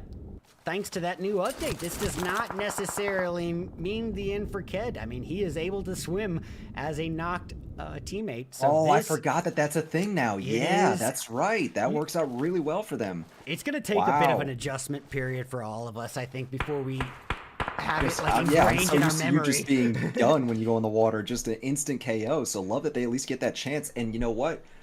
Golden Eagles actually took out Dark Esports on their on this path right here. I can see some crates over there in the distance. Yeah. But you know what? We're going to switch on over to INF, a different three-piece here, but only one Elam to their name. It's a much slower play for him, but luckily Minato able to secure a revive on the bad boy. They will carry forward as a three-piece if chills the bad boy to heal, leaving Minato in charge of Overwatch and cover fire with this DBS from the inevitable push from the Panthers. Oh yeah, I love to see that they're still here as a three-man, still feeling good. They were putting a lot of pressure on Lotus, Dark Esports, and those other teams, and you see they come in now and they will take the last part of Hot 10 for themselves, eliminating Inferno Esports. Definitely well deserved. I think we're hearing shots inbound from Lotus, and I'm not sure who they're squaring off with per se. Oh, it's the Golden Eagles, you're right.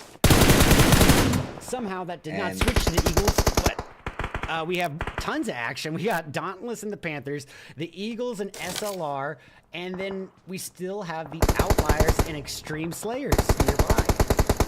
Yeah, Extreme Slayers, no surprise to see them still in it. They haven't been taking on every single fight that they've found, but you can see that they are here knowing that they're in that top spot. They're playing for positioning right now. They want that longevity. They want to get into that last circle or one of these later circles.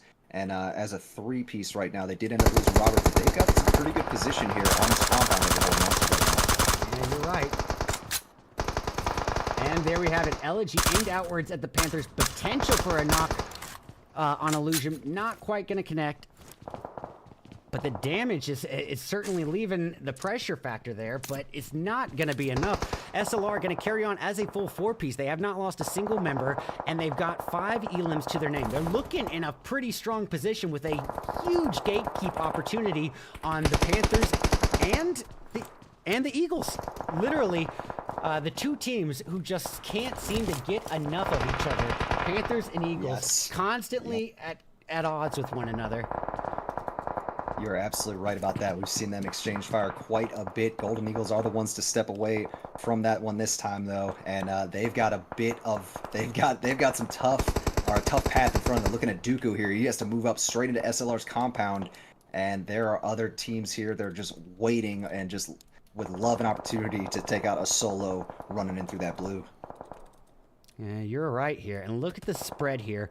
Extreme Slayers, a little bit of compound cover. SLR, the deli meat in between a rock and a hard place, with Nemesis in a 2-2 high ground split. I gotta say, I mean, this seems to me like it should favor Nemesis. Yeah, I really like their position here. Nemesis has kind of woken up. I mean, they were playing really well that last round there. They got the win overall, and you can see they are really, really just picking right up where they left off in that round 4. Looking at their total elimination count, they do have 5 elims right now. Nice high ground looking at it. As they try to move up. Yeah, you're right. And just like that, Elegy. Actually, it was Kindness's takedown, and yes, they are going to bring themselves right up to 7. Remix, the sneaky snake in the grass, enshrouding himself in a cloud of smoke, but he knows he is outnumbered by the opposing and aggressing threat in SLR, with Dauntless at his heels, too. He is really in a tough position, yeah. That is definitely a scary position to be in, and so many shots being fired right over Remix's head. He's trying to creep around this rock to make sure Dauntless can't see him, to make sure Nemesis can't see him, and that rock right now is Remix's last hope. Hey, I mean, sometimes you gotta cling to a Dwayne Johnson, you know? Mm-hmm. Absolutely. Well, SLR, you know, with a bit of compound cover, but outside of that compound cover, if the zone does not find any favor for them, they are going to be in low ground open field with several opposing threats looking down at them, one of them being Extreme Slayers. Yeah, and the other definitely have to give props to Remix. Definitely have to give props to Remix. Now, actually, Hayuya's still alive over there too. I thought he had been taken out. Wow. Okay, so Hayuya's been sitting here healing through the blue this whole time. How did I miss that? I don't know. But I love to see that. He is not taking no for an answer here in terms of going down to the blue. Yeah, well, Flo, I mean, just waiting for that line of sight on Remix. I mean, it's almost like he has his number. And honestly, disregarding Nemesis to make sure he can pick off Remix. It's a bold move. It's a little bit tunnel visioned, I'd say. But realistically, anytime at this stage that he's able to take an opponent out, they've already got placement, and decent placement points as that is. So any elims on at this point could be icing on the cake. They really should not be able to work their way up this hill. That should not be a luxury that either Nemesis or Extreme Slayers allot for them. But we've seen a lot of, you know, spectator vision counteracted here, and Dauntless getting nades crashed down upon him by Nemesis, and just like that, SLR gonna try to use this opportunity, but Berlin waiting behind the boulder. Oh, wow. And good shot there. The Street Slayers goes down soon afterwards. Making a very questionable play right there. Rotating around, compromising that rock cover, and lining up for the remainder of SLR to be shot in the back. Luckily, he's got J7 coming on in, and just like that, Nemesis dropping in a chicken dinner on the tip of their tongue finish. Very impressive. That's two in a row for Nemesis. Wow. Yeah. Congrats to them. That's a great way to take this later part of the day in your hands. And 2 in a row is 100% what we love to see here for a team that was kind of on the Underperforming, outside looking in. underwhelming on day Mhm. one. That's like, I mean, we're trying to find a way to sugarcoat it. Let's not sugarcoat it, because they just put up a phenomenal 2-game performance, and they proved that it wasn't a fluke because they repeated it. And they repeated it against the exact same teams that were giving them all these troubles on day one. A team that really had a good locker room pep talk. They really assessed what went wrong in the first 3 matches, and then come around, second go around on the map, boom. Correct those errors, and boy, did it ever pay off. Nemesis did not only just win, but did so boasting a extremely healthy 12 elims. That's a 22-point gain for Nemesis alone. SLR, give them credit where credit is due. Ain't nothing wrong with a 15-point gain when you got 8 elims and 7 placement, or actually, pardon me, a 16-point gain for SLR. And in terms of Dauntless, hey, ain't nothing wrong with a 12-point gain for them. Now, for a team like Extreme Slayers, who had a lot riding on it, let me see, Extreme Slayers, they did take 4th place with 2 elims. Yeah, you're right. They did, and they also only had a 2-point lead over Titan Gaming, but that lead is still maintained. Titan was eliminated very early on, but the Eagles, that is where the threat really is going to be in this in terms of overall standings, because the Eagles came into this match at 76 points, and, I don't know. With only 2 elims, that's going to be about 8 points gained for Extreme Slayers. Now, looking at it with the Eagles, who were able to put up 3 elims, so not a lot of point gain in the slack between Extreme Slayers and Eagles. I don't think, but that's just, kind of down to the context and coincidence, realistically.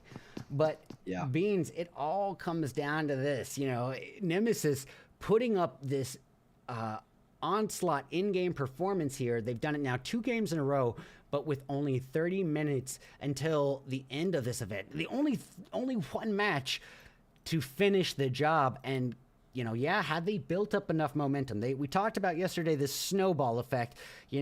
They rolled it off the hill, started building up a little bit of momentum, got themselves a chicken dinner. Now it's just accrued and accrued. They got themselves another chicken dinner. Will it be a big enough of a snowball here in match 6 to have that momentum and that weight to really impact, and will it be enough for them? Yeah, that is absolutely a great point right there. I mean, Nemesis after this one are going to be our number 2 overall team. It's actually going to be very close to them Extreme Slayers. We'll have to see, but I know it's right now, after doing the math, it's looking like a 2-point difference there once we do get these scores in. I mean, it could go either way right now. We do know that there's 2 PMSL slots up for grabs.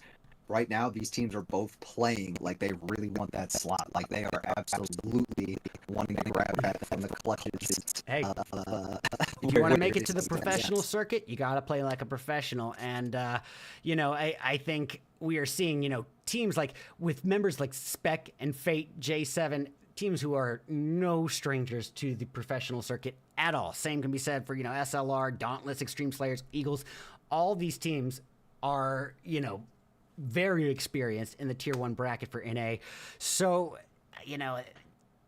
not really a lot of time for excuses, not really a lot of time for postponing, not really a lot of time for the slow patient play. If you are right on the cusp and need those points, it's now or never. And hey, if you're a team like 9Z who can't possibly get the PMSL slot, this is going to be where you have the choice to make. Do we ruin someone's day? And I bet you 9Z's gonna. Oh, yes. I can already see that. I know we've already had Lotus. They were the ones who were fighting it out with Titan Gaming that last round. Took them out right away, and so that absolutely is throwing a wrench in their plans. And we're going to see other teams who are quite aware, especially with us showing these live score points, quite aware that they are probably not going to make it, and we're going to see probably some hot drops here. Listen, teams are aware of where the other ones like to land. Why not, dude? If you know for a fact that there's no shot at the prize pool money or a PMSL slot, that makes you the most dangerous teams on the playing field in match 6, and you have a choice to make, because If you know you're not going to do anything that's going to benefit you, what you can do is still ruin another team's day. You can still go out with a monster performance and let the rest of the playing field know just exactly why you belong in these events. And hey, maybe you might not make it that PMSL slot, but you might compete at a pro level. Well, here's your chance to send that message. Ladies and gentlemen, only 30 minutes, one match left to decide who wants it the most. And we'll be back at you with round 6 of 6 of the PUBG Mobile Control Invitational Grand Finals Day 2 in just a few short moments.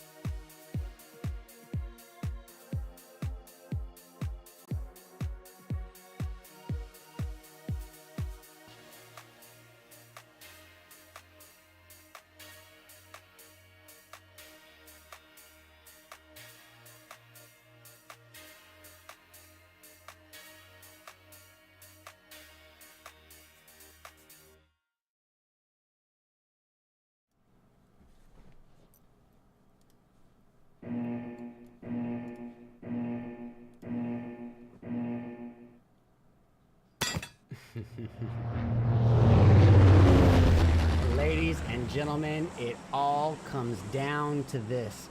30 minutes separating us from the victors here, and everybody is going to be on the edge of your seat. This is what the edge of your seat was basically made for, Beans, and you know exactly why I'm going to say it here. Let me, while we have this brief opportunity, bring you over to the caster scene, and let's just go over the overall standings as they currently are.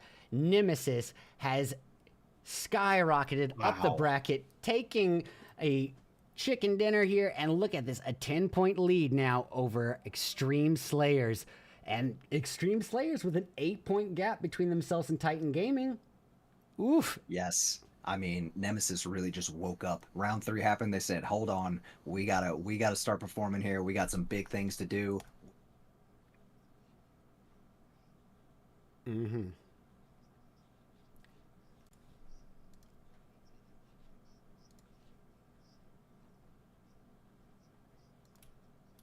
You're absolutely right, Beans. And let's have a look-see at it here.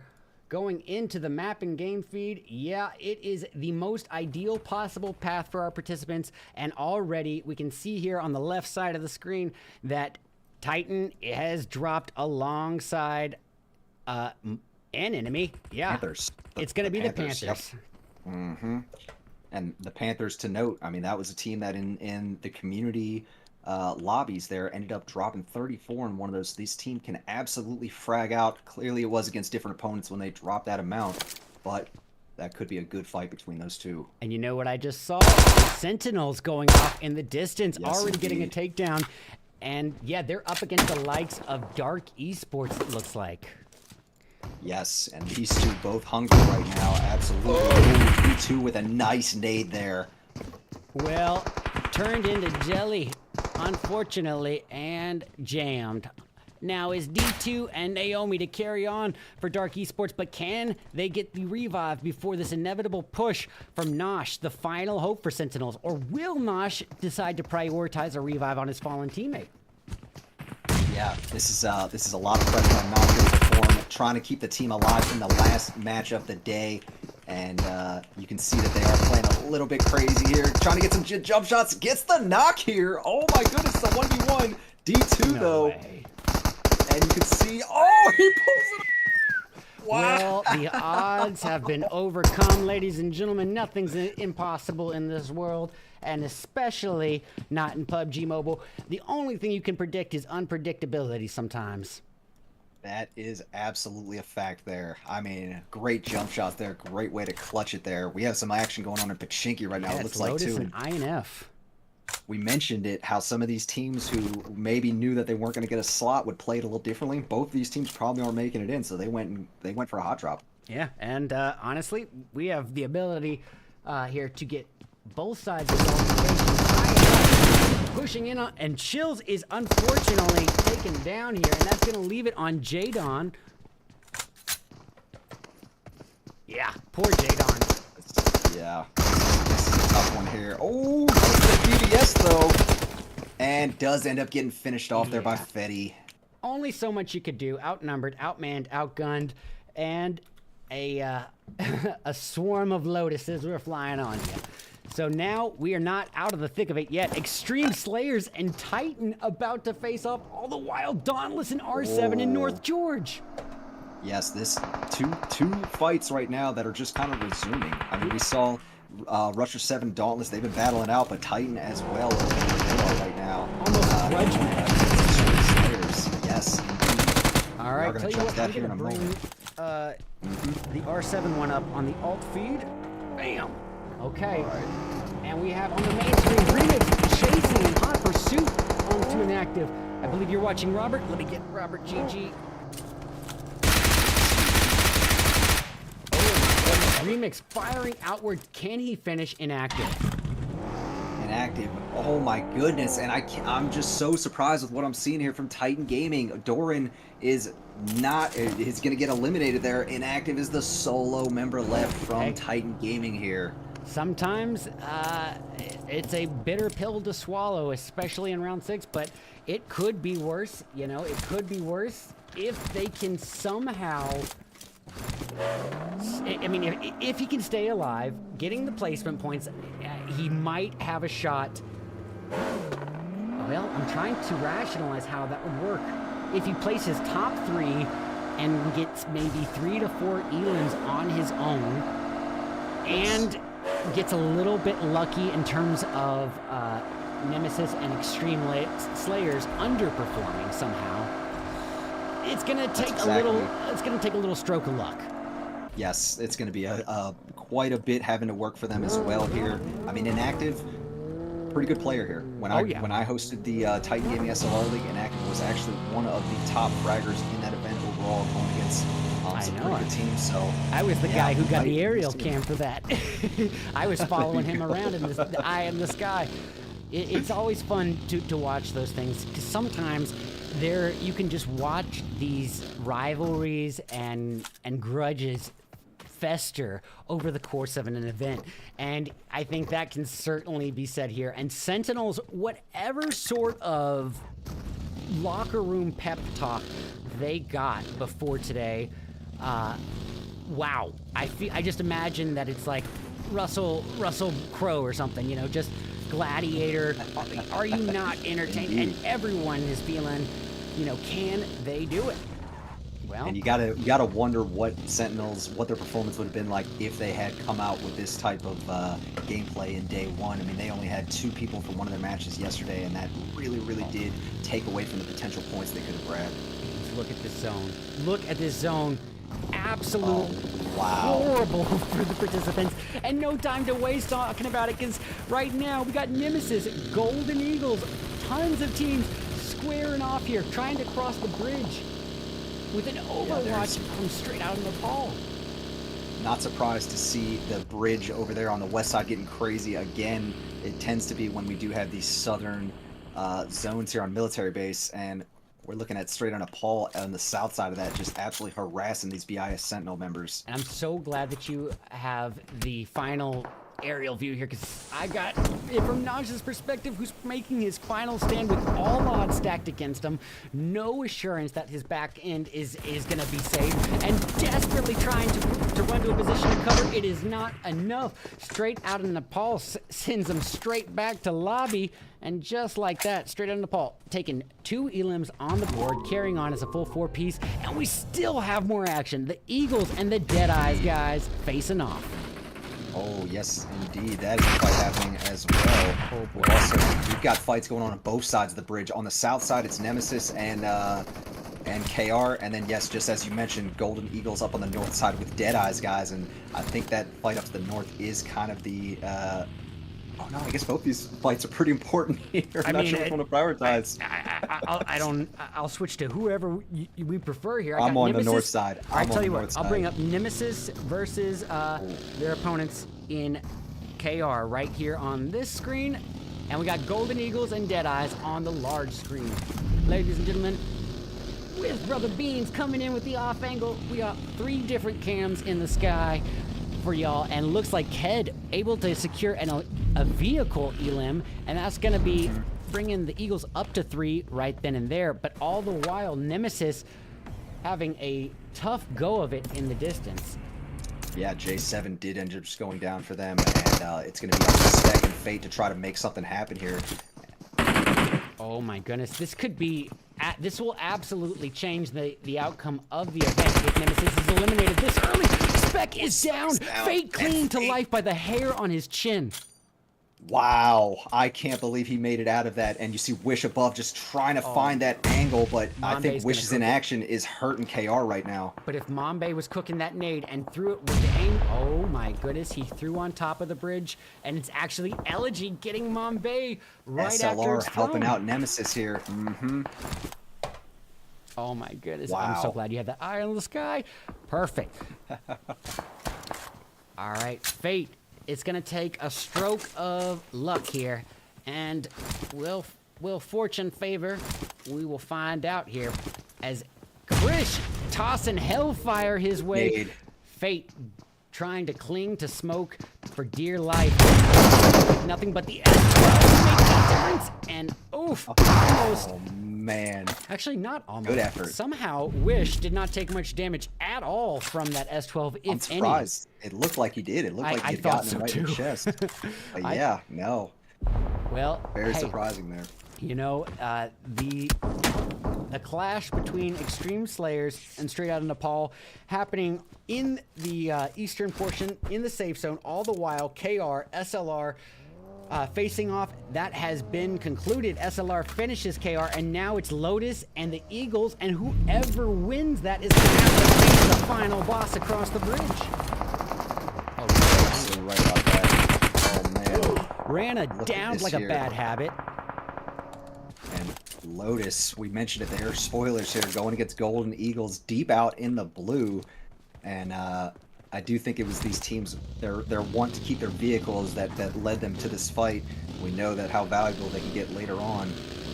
But definitely surprised to see Golden Eagles in this situation they are. I thought they would have moved early on, or at least gone for a different rotation like we saw them do in previous Erangel matches. We saw them try to swim across. And here they have a heavy fight on their hands with 3 members of Lotus Esports right in front of them. Yeah, you're right. I mean, and the Eagles, they're actually the team I would say is riding the cusp harder than anyone, because they're 2 points behind Titan Gaming, who holds third place. Eagles are literally only 10 points behind Extreme Slayers in second. It is so much riding on this that at some point you still need those placement points in your back pocket. On them at this point, as they are just a 2-piece, could absolutely ruin everything they've worked for so far. Yeah, and with them being out of here, it's only second stage, and we were getting farther and farther in the third stage. It's going to be starting soon, and these guys are absolutely going to have to start moving. Oh my goodness! You know what? I know that our participants are probably screaming, shouting, kicking their feet, but for Beans and me, this is the Christmas and birthday get-together, make a baby holiday, because it could not be a worse zone for the participants. They are just crammed in here, and look, almost no buildings in this new zone, and it's only, best case scenario, it shifts inland, and then still just a very, very, very few amounts of building cover. So it's going to be a contestation for real estate and positioning, and kind of just all-out berserker warfare if there's nowhere to hide. And Straight Outta Nepal probably getting the right idea in this and trying to utilize some high ground opportunities. This whole mountain region, this whole mountain range could be the saving grace of whoever's able to claim it. And same could be said for SLR, just a little further down southwest. That is exactly what they had intended here, working their way in from the military base, on trying to do so from a route of high ground. But realistically, we know where the real contest is going to be, right here. And let's get our eyes on Extreme Slayers Frady, who's about to be thrown in the thick of it here and now.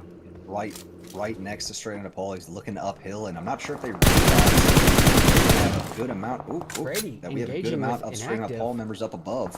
Yeah, oh yeah, he sees Inactive. Definitely trying to hit that vehicle as it moves on. I gotta say, Inactive is pretty good at dodging shots there. He had 2 members of Extreme Slayers in view of him, and was able to get out of that with only half HP taken. That's definitely that definitely deserves a congrats or some props here from me. Yeah, and Inactive, I think he'll even say he's got a stroke of luck here in that he's alive and carrying on for the team. But to dodge, you know, for lightning to strike so close and to dodge it twice, that is thanking his lucky stars. But Frady really in a tough bind here, because Straight Outta Nepal with such a phenomenal high ground position, this could really spell trouble, especially now that Extreme Slayers is in a sandwich position here. Oh yes, indeed. Look at Frady now in they the are reverse. Back it up. Go moving straight up down. I love it. And look at Ked. Oh my goodness. Ked going down. That's it for Golden Eagles. Yeah, they're going to take zone eighth has place. spoken. Has has indeed. And Extreme Slayers gave him a little nudge too. It's only 4th zone, so it's actually not doing too much, but you can see they were lighting up that vehicle. Got some good damage clocked. Oh my not gosh, getting the bro, opportunity. this zone. Is it a? It's let's see again. it's a horrific my one. Goodness. It is horrific. Wow, I thought they would at least get one Nope. for them, but Nope. no, the zone was relentless here. Well, whoever put the bad karma out into the air saying, hey, I'm sure we're going to get zone blessed in the last match. I'm sure it's going to happen. Well, tough. Indeed, All right. indeed. And I really like how Straight Up Ball's playing this. Frankie and Wolf are here, but they've got their teammate up on that hill. Oh, but Robert with a beautifully landed nade there. Nice time behind for a that caster tree. curse. Yeah, Look at I this. just definitely cursed him there. King on the hill, focusing in a little too much on Frady and turning his back to the remainder of Frady's teammates here. Vortex with a beautiful Overwatch position, but the zone shifting away from him. He knows time's of the essence. And look at this, Frankie removed from the equation. Vortex is the final hope for Straight Outta Nepal. And this zone shift is, oof. Mm-hmm. I really thought that Vortex's position up top was going to really be beneficial for Extreme Slayers, but he was not able, or excuse me, was going to be beneficial for Straight Outta Nepal, but was not able to give them the cover fire they really needed. Oh, inactive from Titan Gaming is a solo, just got a knock on somebody over here from Lotus. He's been a solo.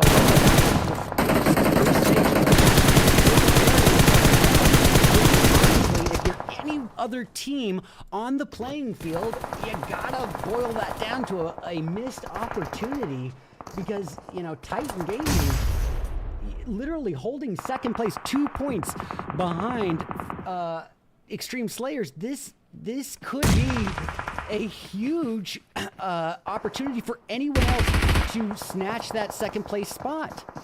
And it's been thwarted by just leaving their solo remaining. You're absolutely right about that. I mean, I was very surprised to see Nemesis taken out so early in this one. Extreme Slayers with that are kind of looking at an easy first place spot here with the Titan Gaming also. And now the question is going to be, or with Titan Gaming also struggling, excuse me. And now the question is who is going to move into that second place spot. There's going to be a few potential teams here. But I just put it on the overlay just a little bit here. So just so everyone can see the standings as they were up until this point, we had a Titan win in round 1, an Extreme Slayers win in round 2. We had 2 Nemesis wins for 4 and 5. It was a lot happening all at once, and it all boils down to it was Golden Eagles in that round 3 too. Yeah, thank you. Yes, indeed. Thank you. Yep, and it's looking very good for Extreme Slayers now that they don't really have too many people to contest with them, except for Titan Gaming here. Inactive is still up. I love that he's still going here. Yeah, It was definitely being defying the focused on odds. that.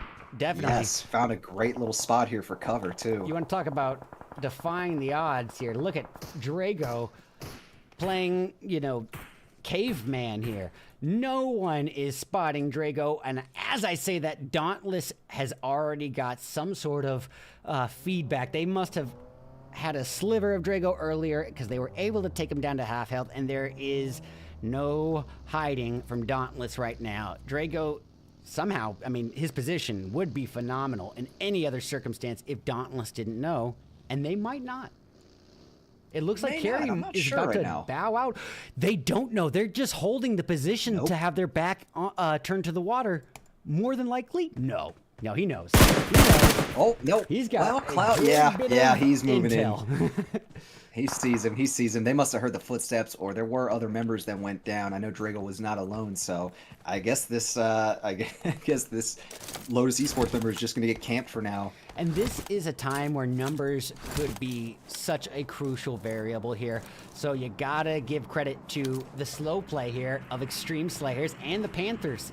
I mean, Extreme Slayers with almost too much to prove here in this last match, but really not caving into that temptation. And look at this, they've actually already got 6 elims to their name. It's a strong performance regardless. They've got 2 slots of placement points, 6 elims already on the board. And, I mean, you know, their standing before this was phenomenal. Literally only 10 points behind first place, but almost certainly maintaining that second place position with this performance. I would be shocked if not. So what that says to me then is Titan Gaming needs to achieve at least, what's that, 18 points in this round to get that second place spot. If they don't, Nemesis will get it. Oh my goodness, 18 points. So And, you know, as you said, he's a solo, and with 0 elims, the only way to do that would be 8 elims and a first place finish, or just an absurd number of elims. So Titan and Active's time being stagnant is time contributing to the wrong goal. Yes, 100% there. He needs to start doing that work right now. Obviously doesn't want to be an easy target, but has a lot of work to do and needs to start ASAP. Pulling out the pump shotty over here. And does get one knock. He got Moso, but Illusion caught wind of it. Him and Rushy at the forefront of this push.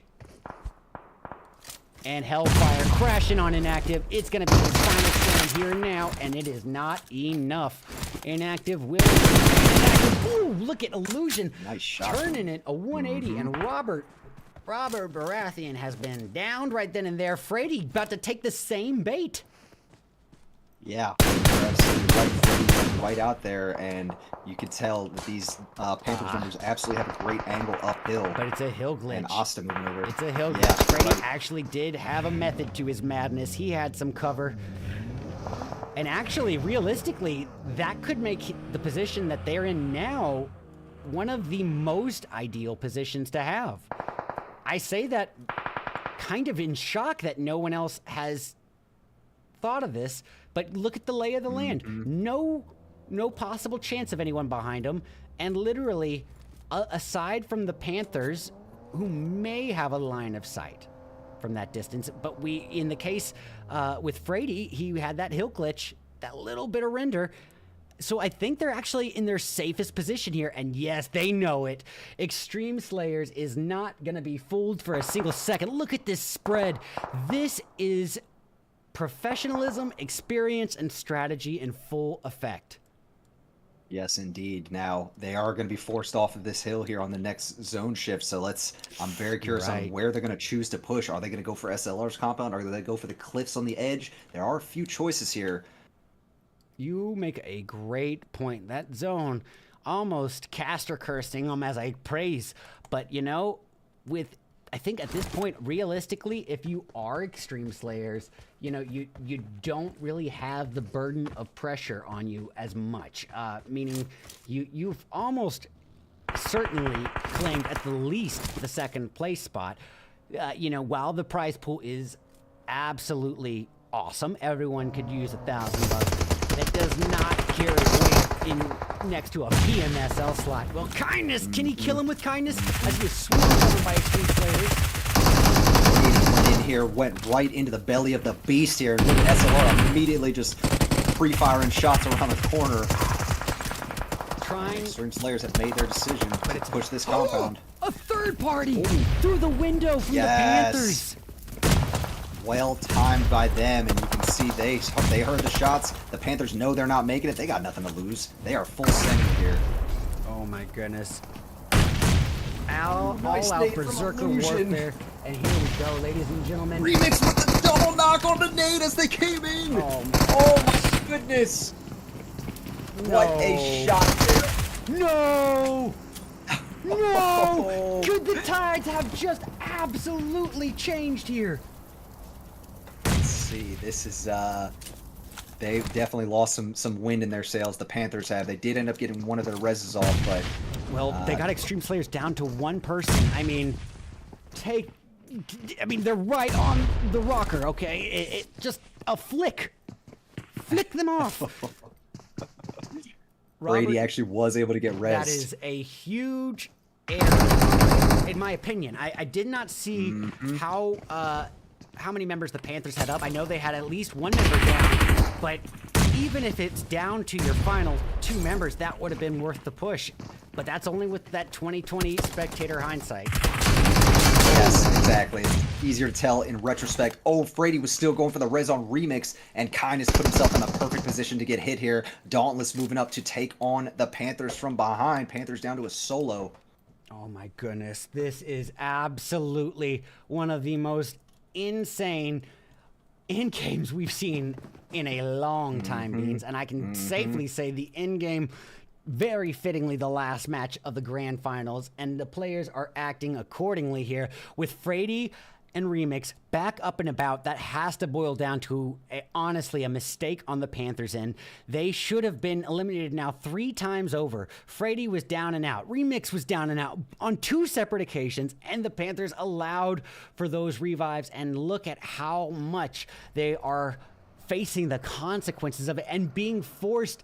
Now, I mean, granted, the zone has shifted, but bowing out and having to hold the cliffside edge and retreat from a 2-piece that they had cornered. Yeah, they were looking really good there. Their timing was really, really good, and they definitely let the situation in front of them kind of deter them. I really thought we were going to see players getting wiped out by the Panthers there. Oh my goodness, Frady down from the side. Nice shots. It's going to be a dauntless third party.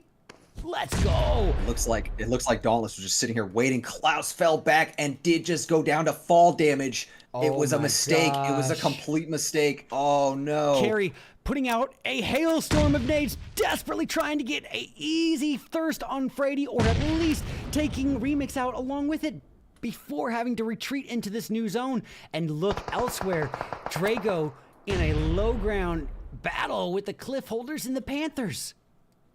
Yeah, Drago has been just really high IQ plays here, moving around, staying low like he did in these cliffs. Stayed low and has just got its team into a 4th place now, looking like a potential 3rd place. Oh my goodness, Remix holding that edge and dying to zone, saying, if I'm out of this equation, you're not getting any points, at least not for my takedown. And now 3 teams smart decision remain. there for sure. A little toxic, but yeah, it's smart.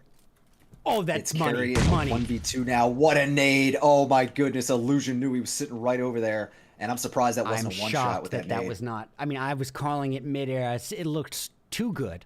It looked so dirty, it was clean. We have Klaus down below, still feeding Carry a little information, but I don't think Drago's let himself be seen.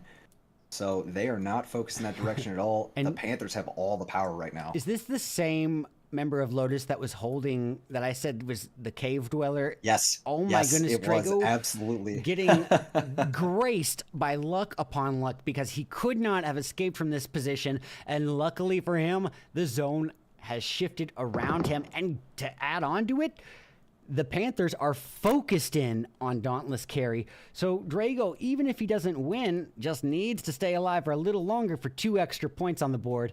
Moso throwing him outwards towards Carry. And I like that Carry is just sitting back, letting the zone kind of dictate what's going to happen next. It could go in his favor on this. It's going to shift one more time, I believe. And no, actually, it is going to be closing directly the next in zone is not going to have a specific area of safe zone or anything. Zone 9 is, or stage 9 is straight the towards end. the middle. Yep, right towards the middle. So yes, the Panthers looking amazing with that. Still here, holding on to that high ground, and I like their placement right now too. Carry's moving up, trying to use these cliffs for good cover. And it comes down to who's going to survive this. Is it going to be Drago or is it going to be Carry? Yeah, but if it's not if the Panthers were to somehow ruin this opportunity, I mean, that would be shocking. I mean, the numbers in their favor, the positioning in their favor, the utilities and resources divided amongst 2 members, outnumbering, outmanning, outgunning. How could they lose it? Especially with Illusion hanging back, the coin in the back pocket, even if they take Moso out. Yeah, 100%. I mean, say it was a 1-1-1. I still would argue in favor for Carry or Illusion, but Carry still could face the risk of a utility thrown up by Drago. So for that reason, Carry also has the benefit of that little bit of cliff cover here. Illusion technically...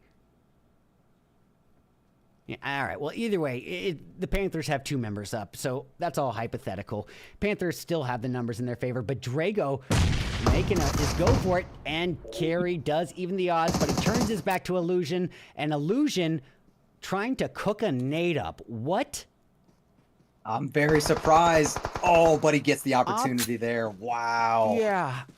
All right. Well, this is like oh my goodness. Great There you shots. have it. The Panthers Great clawed their shots. way to that round 6 chicken dinner, and well deservingly so. For a brief moment, Beans, I genuinely thought that Lotus had taken that dub. I thought for a close. moment that Illusion It was very had close. Oh, It was the difference in their HP was the smallest little smidgen, hard to even see it. And I'm very surprised with Illusion staying back. We saw a lot of inaction from Illusion there at the end. He was trying to cook a nade to throw at them when he could have easily just kind of popped out, got some good shots. That is what ended up deciding it in the end, were those shots. But the Panthers putting themselves in great position. I don't think anyone expected that final zone. I mean, so Especially far out not there Drago. on the most Especially not- southeast point we could think. You know who definitely really not. wasn't expecting it is Drago. He says, you know what? I'm sure I'm done for. One thing I know is that the zone is not going to orient itself around me 4 times in a row. Mm-hmm. But hey, he has bribed the right officials. He knows the right 10-cent reps, and he was able to slip a $5 bill. Says, have that be a cliff ender here. And apparently, Drago is still, even without the dub, you gotta give him credit. He got his team those extra 8 placement points, and even by only contributing 1 elim himself, that's okay, because that brings the team up to 7 elims. That's a 15-point gain. And I mean, was it enough? No. Not quite. Lotus was in Just 15th short. entering this match, but did it leave a message? Did it impact the rest of the playing field? Oh, yeah. Did it change the outcome Absolutely. of the event?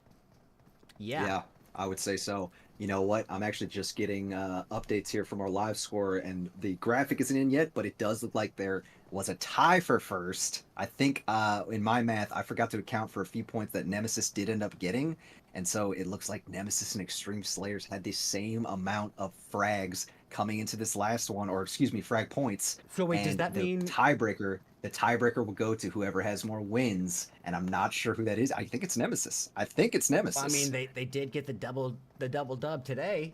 I don't know if they had much going for it before then, but oh my gosh.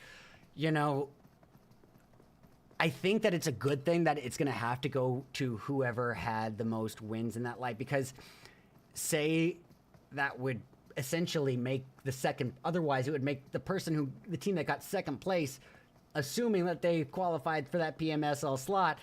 Well, if 2 other teams, are duking it out for that first place slot, then that's the 2 slots already occupied. So, we're going to have to wait and see what the overall decision maker is. But talk about a final performance. I mean, this was a show put on by everyone, and that was easily the most intense, action-packed match we have had out of the 12 to choose from over the past 2 days.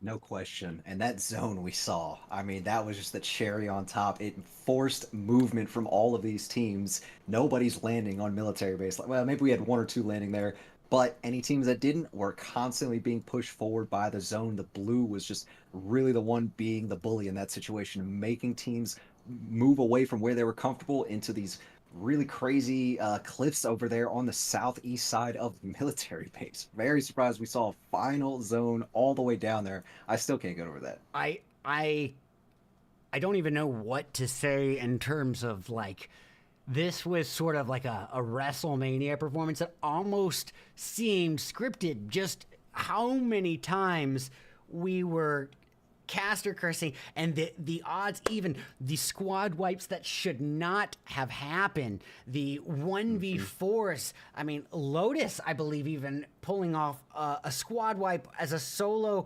What has happened here? I mean, it wasn't a squad wipe. It was a 1v3, but still, regardless, Yeah. some of these plays today should not have happened.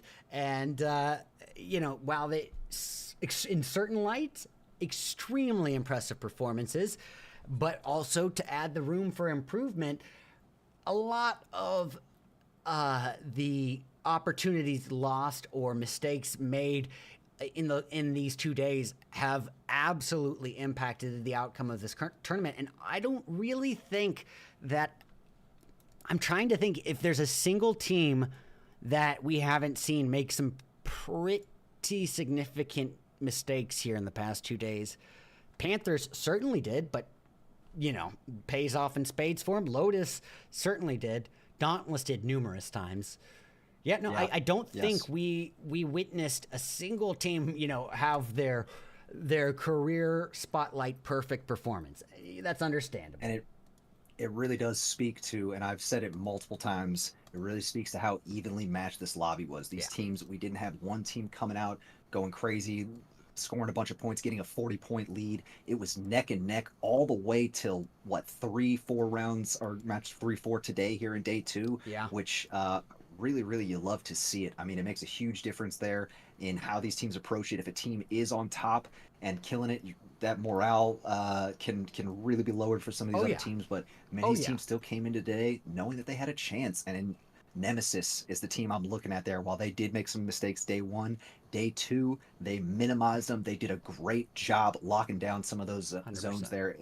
Endgame Erangel, fantastic way to finish it for them. And then the match afterwards, I believe it was Sanhok that they ended up taking the win on as well. Back to back. And, especially after the performance on day 1 being so underwhelming, how much do you want to bet that the scrim chat was, it's a fluke, got lucky, and then boom, double up. You say, I would like a second order of a second serving of that chicken dinner, and really turning the tides here. And gotta give credit, because as you mentioned, if I were on Nemesis's team on day 1, at the end of day 1, I would not have had a very, encouraging takeaway from that. But they never took their eye off the prize. And, goodness, it doesn't always pan out, but still, granted, a 10th place finish, not ideal. The 3 LMs are going to be the only point takeaways that they're going to get for this final round. But talking about the impact that what they were able to do earlier today has done for them, I mean, the overall scores have proven it. It's just undisputable. It literally changed the outcome for numerous teams. I had to go look back at the day 1 results, and Nemesis didn't grab a single win day 1. They did have a decent amount of points. Yeah. But yes, it was 9Z that kind of stole the show that day. Dauntless was up there as well, and they probably were a little discouraged coming into day 2. But I love that they did not let that get them down, that they didn't grab a win overall, and really did some good things here. Took control of these last few rounds there to put themselves in that conversation. Now, who does get this first place spot? I do think it does go to Nemesis. We discussed the tiebreaker. Well earned for them for sure. I love to see that Fate. Has that Spec been confirmed? J7 Berlin. Yes, it has been I think confirmed? so. Hold on. Actually, I just got the results right now. I'm dropping them to you right now. And wow, this is gonna be. Oh, don't tell me! Don't tell me! Just show me the graphic. I don't want to have any spoilers. I don't want to. Oh my gosh! All right. And we're gonna let you guys see that here in a moment. Yeah, hang on. I'm gonna go into studio mode. I want this big reveal to be a surprise if I can. Yeah. Okay. And let us see, guys. I'm so excited for y'all to see these ones. Okay. I feel like I'm Maury here in the case of PUBG Mobile Control Invitational Season 3. Extreme Slayers, Nemesis. You are both the fathers. Tying out. Literally tied out at 105 points. Wow. And look at this. 9Z, who was for the first 3 to 4 matches of day 1, the clear lying front runner, first place position. Boy, oh boy, how much a little kick to your mental can do. Yes. Not able to repeat the impact of day 1, and then vice versa. Nemesis, underwhelming day 1, and overperforming here on day 2. Extreme Slayers realistically has been a fairly consistent team throughout, but just going to exemplify why you should never give up in these events. And I say it to Beans. We were talking about it the other day. You know, a lot of times you'll find that even at the pro level, teams, when you're shot at taking the first place or the overall chunk of the prize pool, as soon as that chance can be thrown out the window, oftentimes you'll see that reflected in the gameplay, or if at times even not continuing the event. And I think that Nemesis has just proven why you never give up. And even if they weren't to have acquired this huge spike up in placement, when do you ever improve more than when things aren't going well? When do you learn your mistakes the best, other than when you're making the worst mistakes? Absolutely, a great point there. Losses can be some of the greatest teachers that we have out there, some of the greatest lessons that we have. And Nemesis did take some losses. They absolutely didn't let it get them down, and they came back out here to play day 2. I love how you mentioned the juxtaposition between 9Z Globant the first day and then Nemesis day 2, and it was almost like they kind of traded mindsets there. You know, Nemesis came in day 2 really with that same style of play that 9Z was showing us day 1. 100%, man. I actually think what I was the point I was trying to make, you worded much better than I did. It was almost a role switch. You know, it almost like just a total 180, and Nemesis took over where 9Z left off. And boy, I mean, it couldn't really have been much more fitting, being as 9Z really couldn't have had that PMSL slot. I think that this is a much more fitting edge of your seat ending, and exactly what we wanted to see. You know, this is season 3 of the Control Invitational. This is not, you know, our introduction to this event. This is where, you know, this is where it really had to pop off. It had to be this final showdown, and it had to happen neck and neck. I could not be more thankful for you and the squad asking me to come commentate this, because this was fun. This was I needed it, man. A special. I needed a good partner to bring this to me, and I really could not have. I couldn't think of anyone better to have you on board here than you, man. And really, thank you so much for coming on and just bringing your expertise to this, and great camera angles here. We got the tech issues sorted, guys. Chat, I want to thank you all for your patience while we did get sorted through that. And I mean, just a fantastic event overall, guys. PMCI Season 3, absolutely a great one. And ladies and gentlemen, if you're not already, be sure to like the stream and subscribe to Beans Brigade. He is a phenomenal content creator and an awesome shoutcaster as well. An extremely intelligent analyst, as you all have just witnessed. Now, on top of that, the PUBG Mobile Control Invitational, be sure to let the staff know just how thankful you are for these community events. The dead month is gone and gone. So realistically, your opportunities to be matched up against that tier 1 professional circuit, you've got the Control Invitational and you got Titan Series currently really at the forefront of that. But community events really are the training ground, the breeding ground for that professional circuit, and never more so than right here and now. With the Control Invitational now being able to be that transitioning point into the professional circuit, community events are extremely, extremely important. Always be sure to support, when you can, PUBG Mobile NA community events. And huge shout out to Beans Brigade, the Control Invitational, for having me. Ladies and gentlemen, I've been Red Eyes. This is Beans Brigade. And until Season 4. See you on the next one.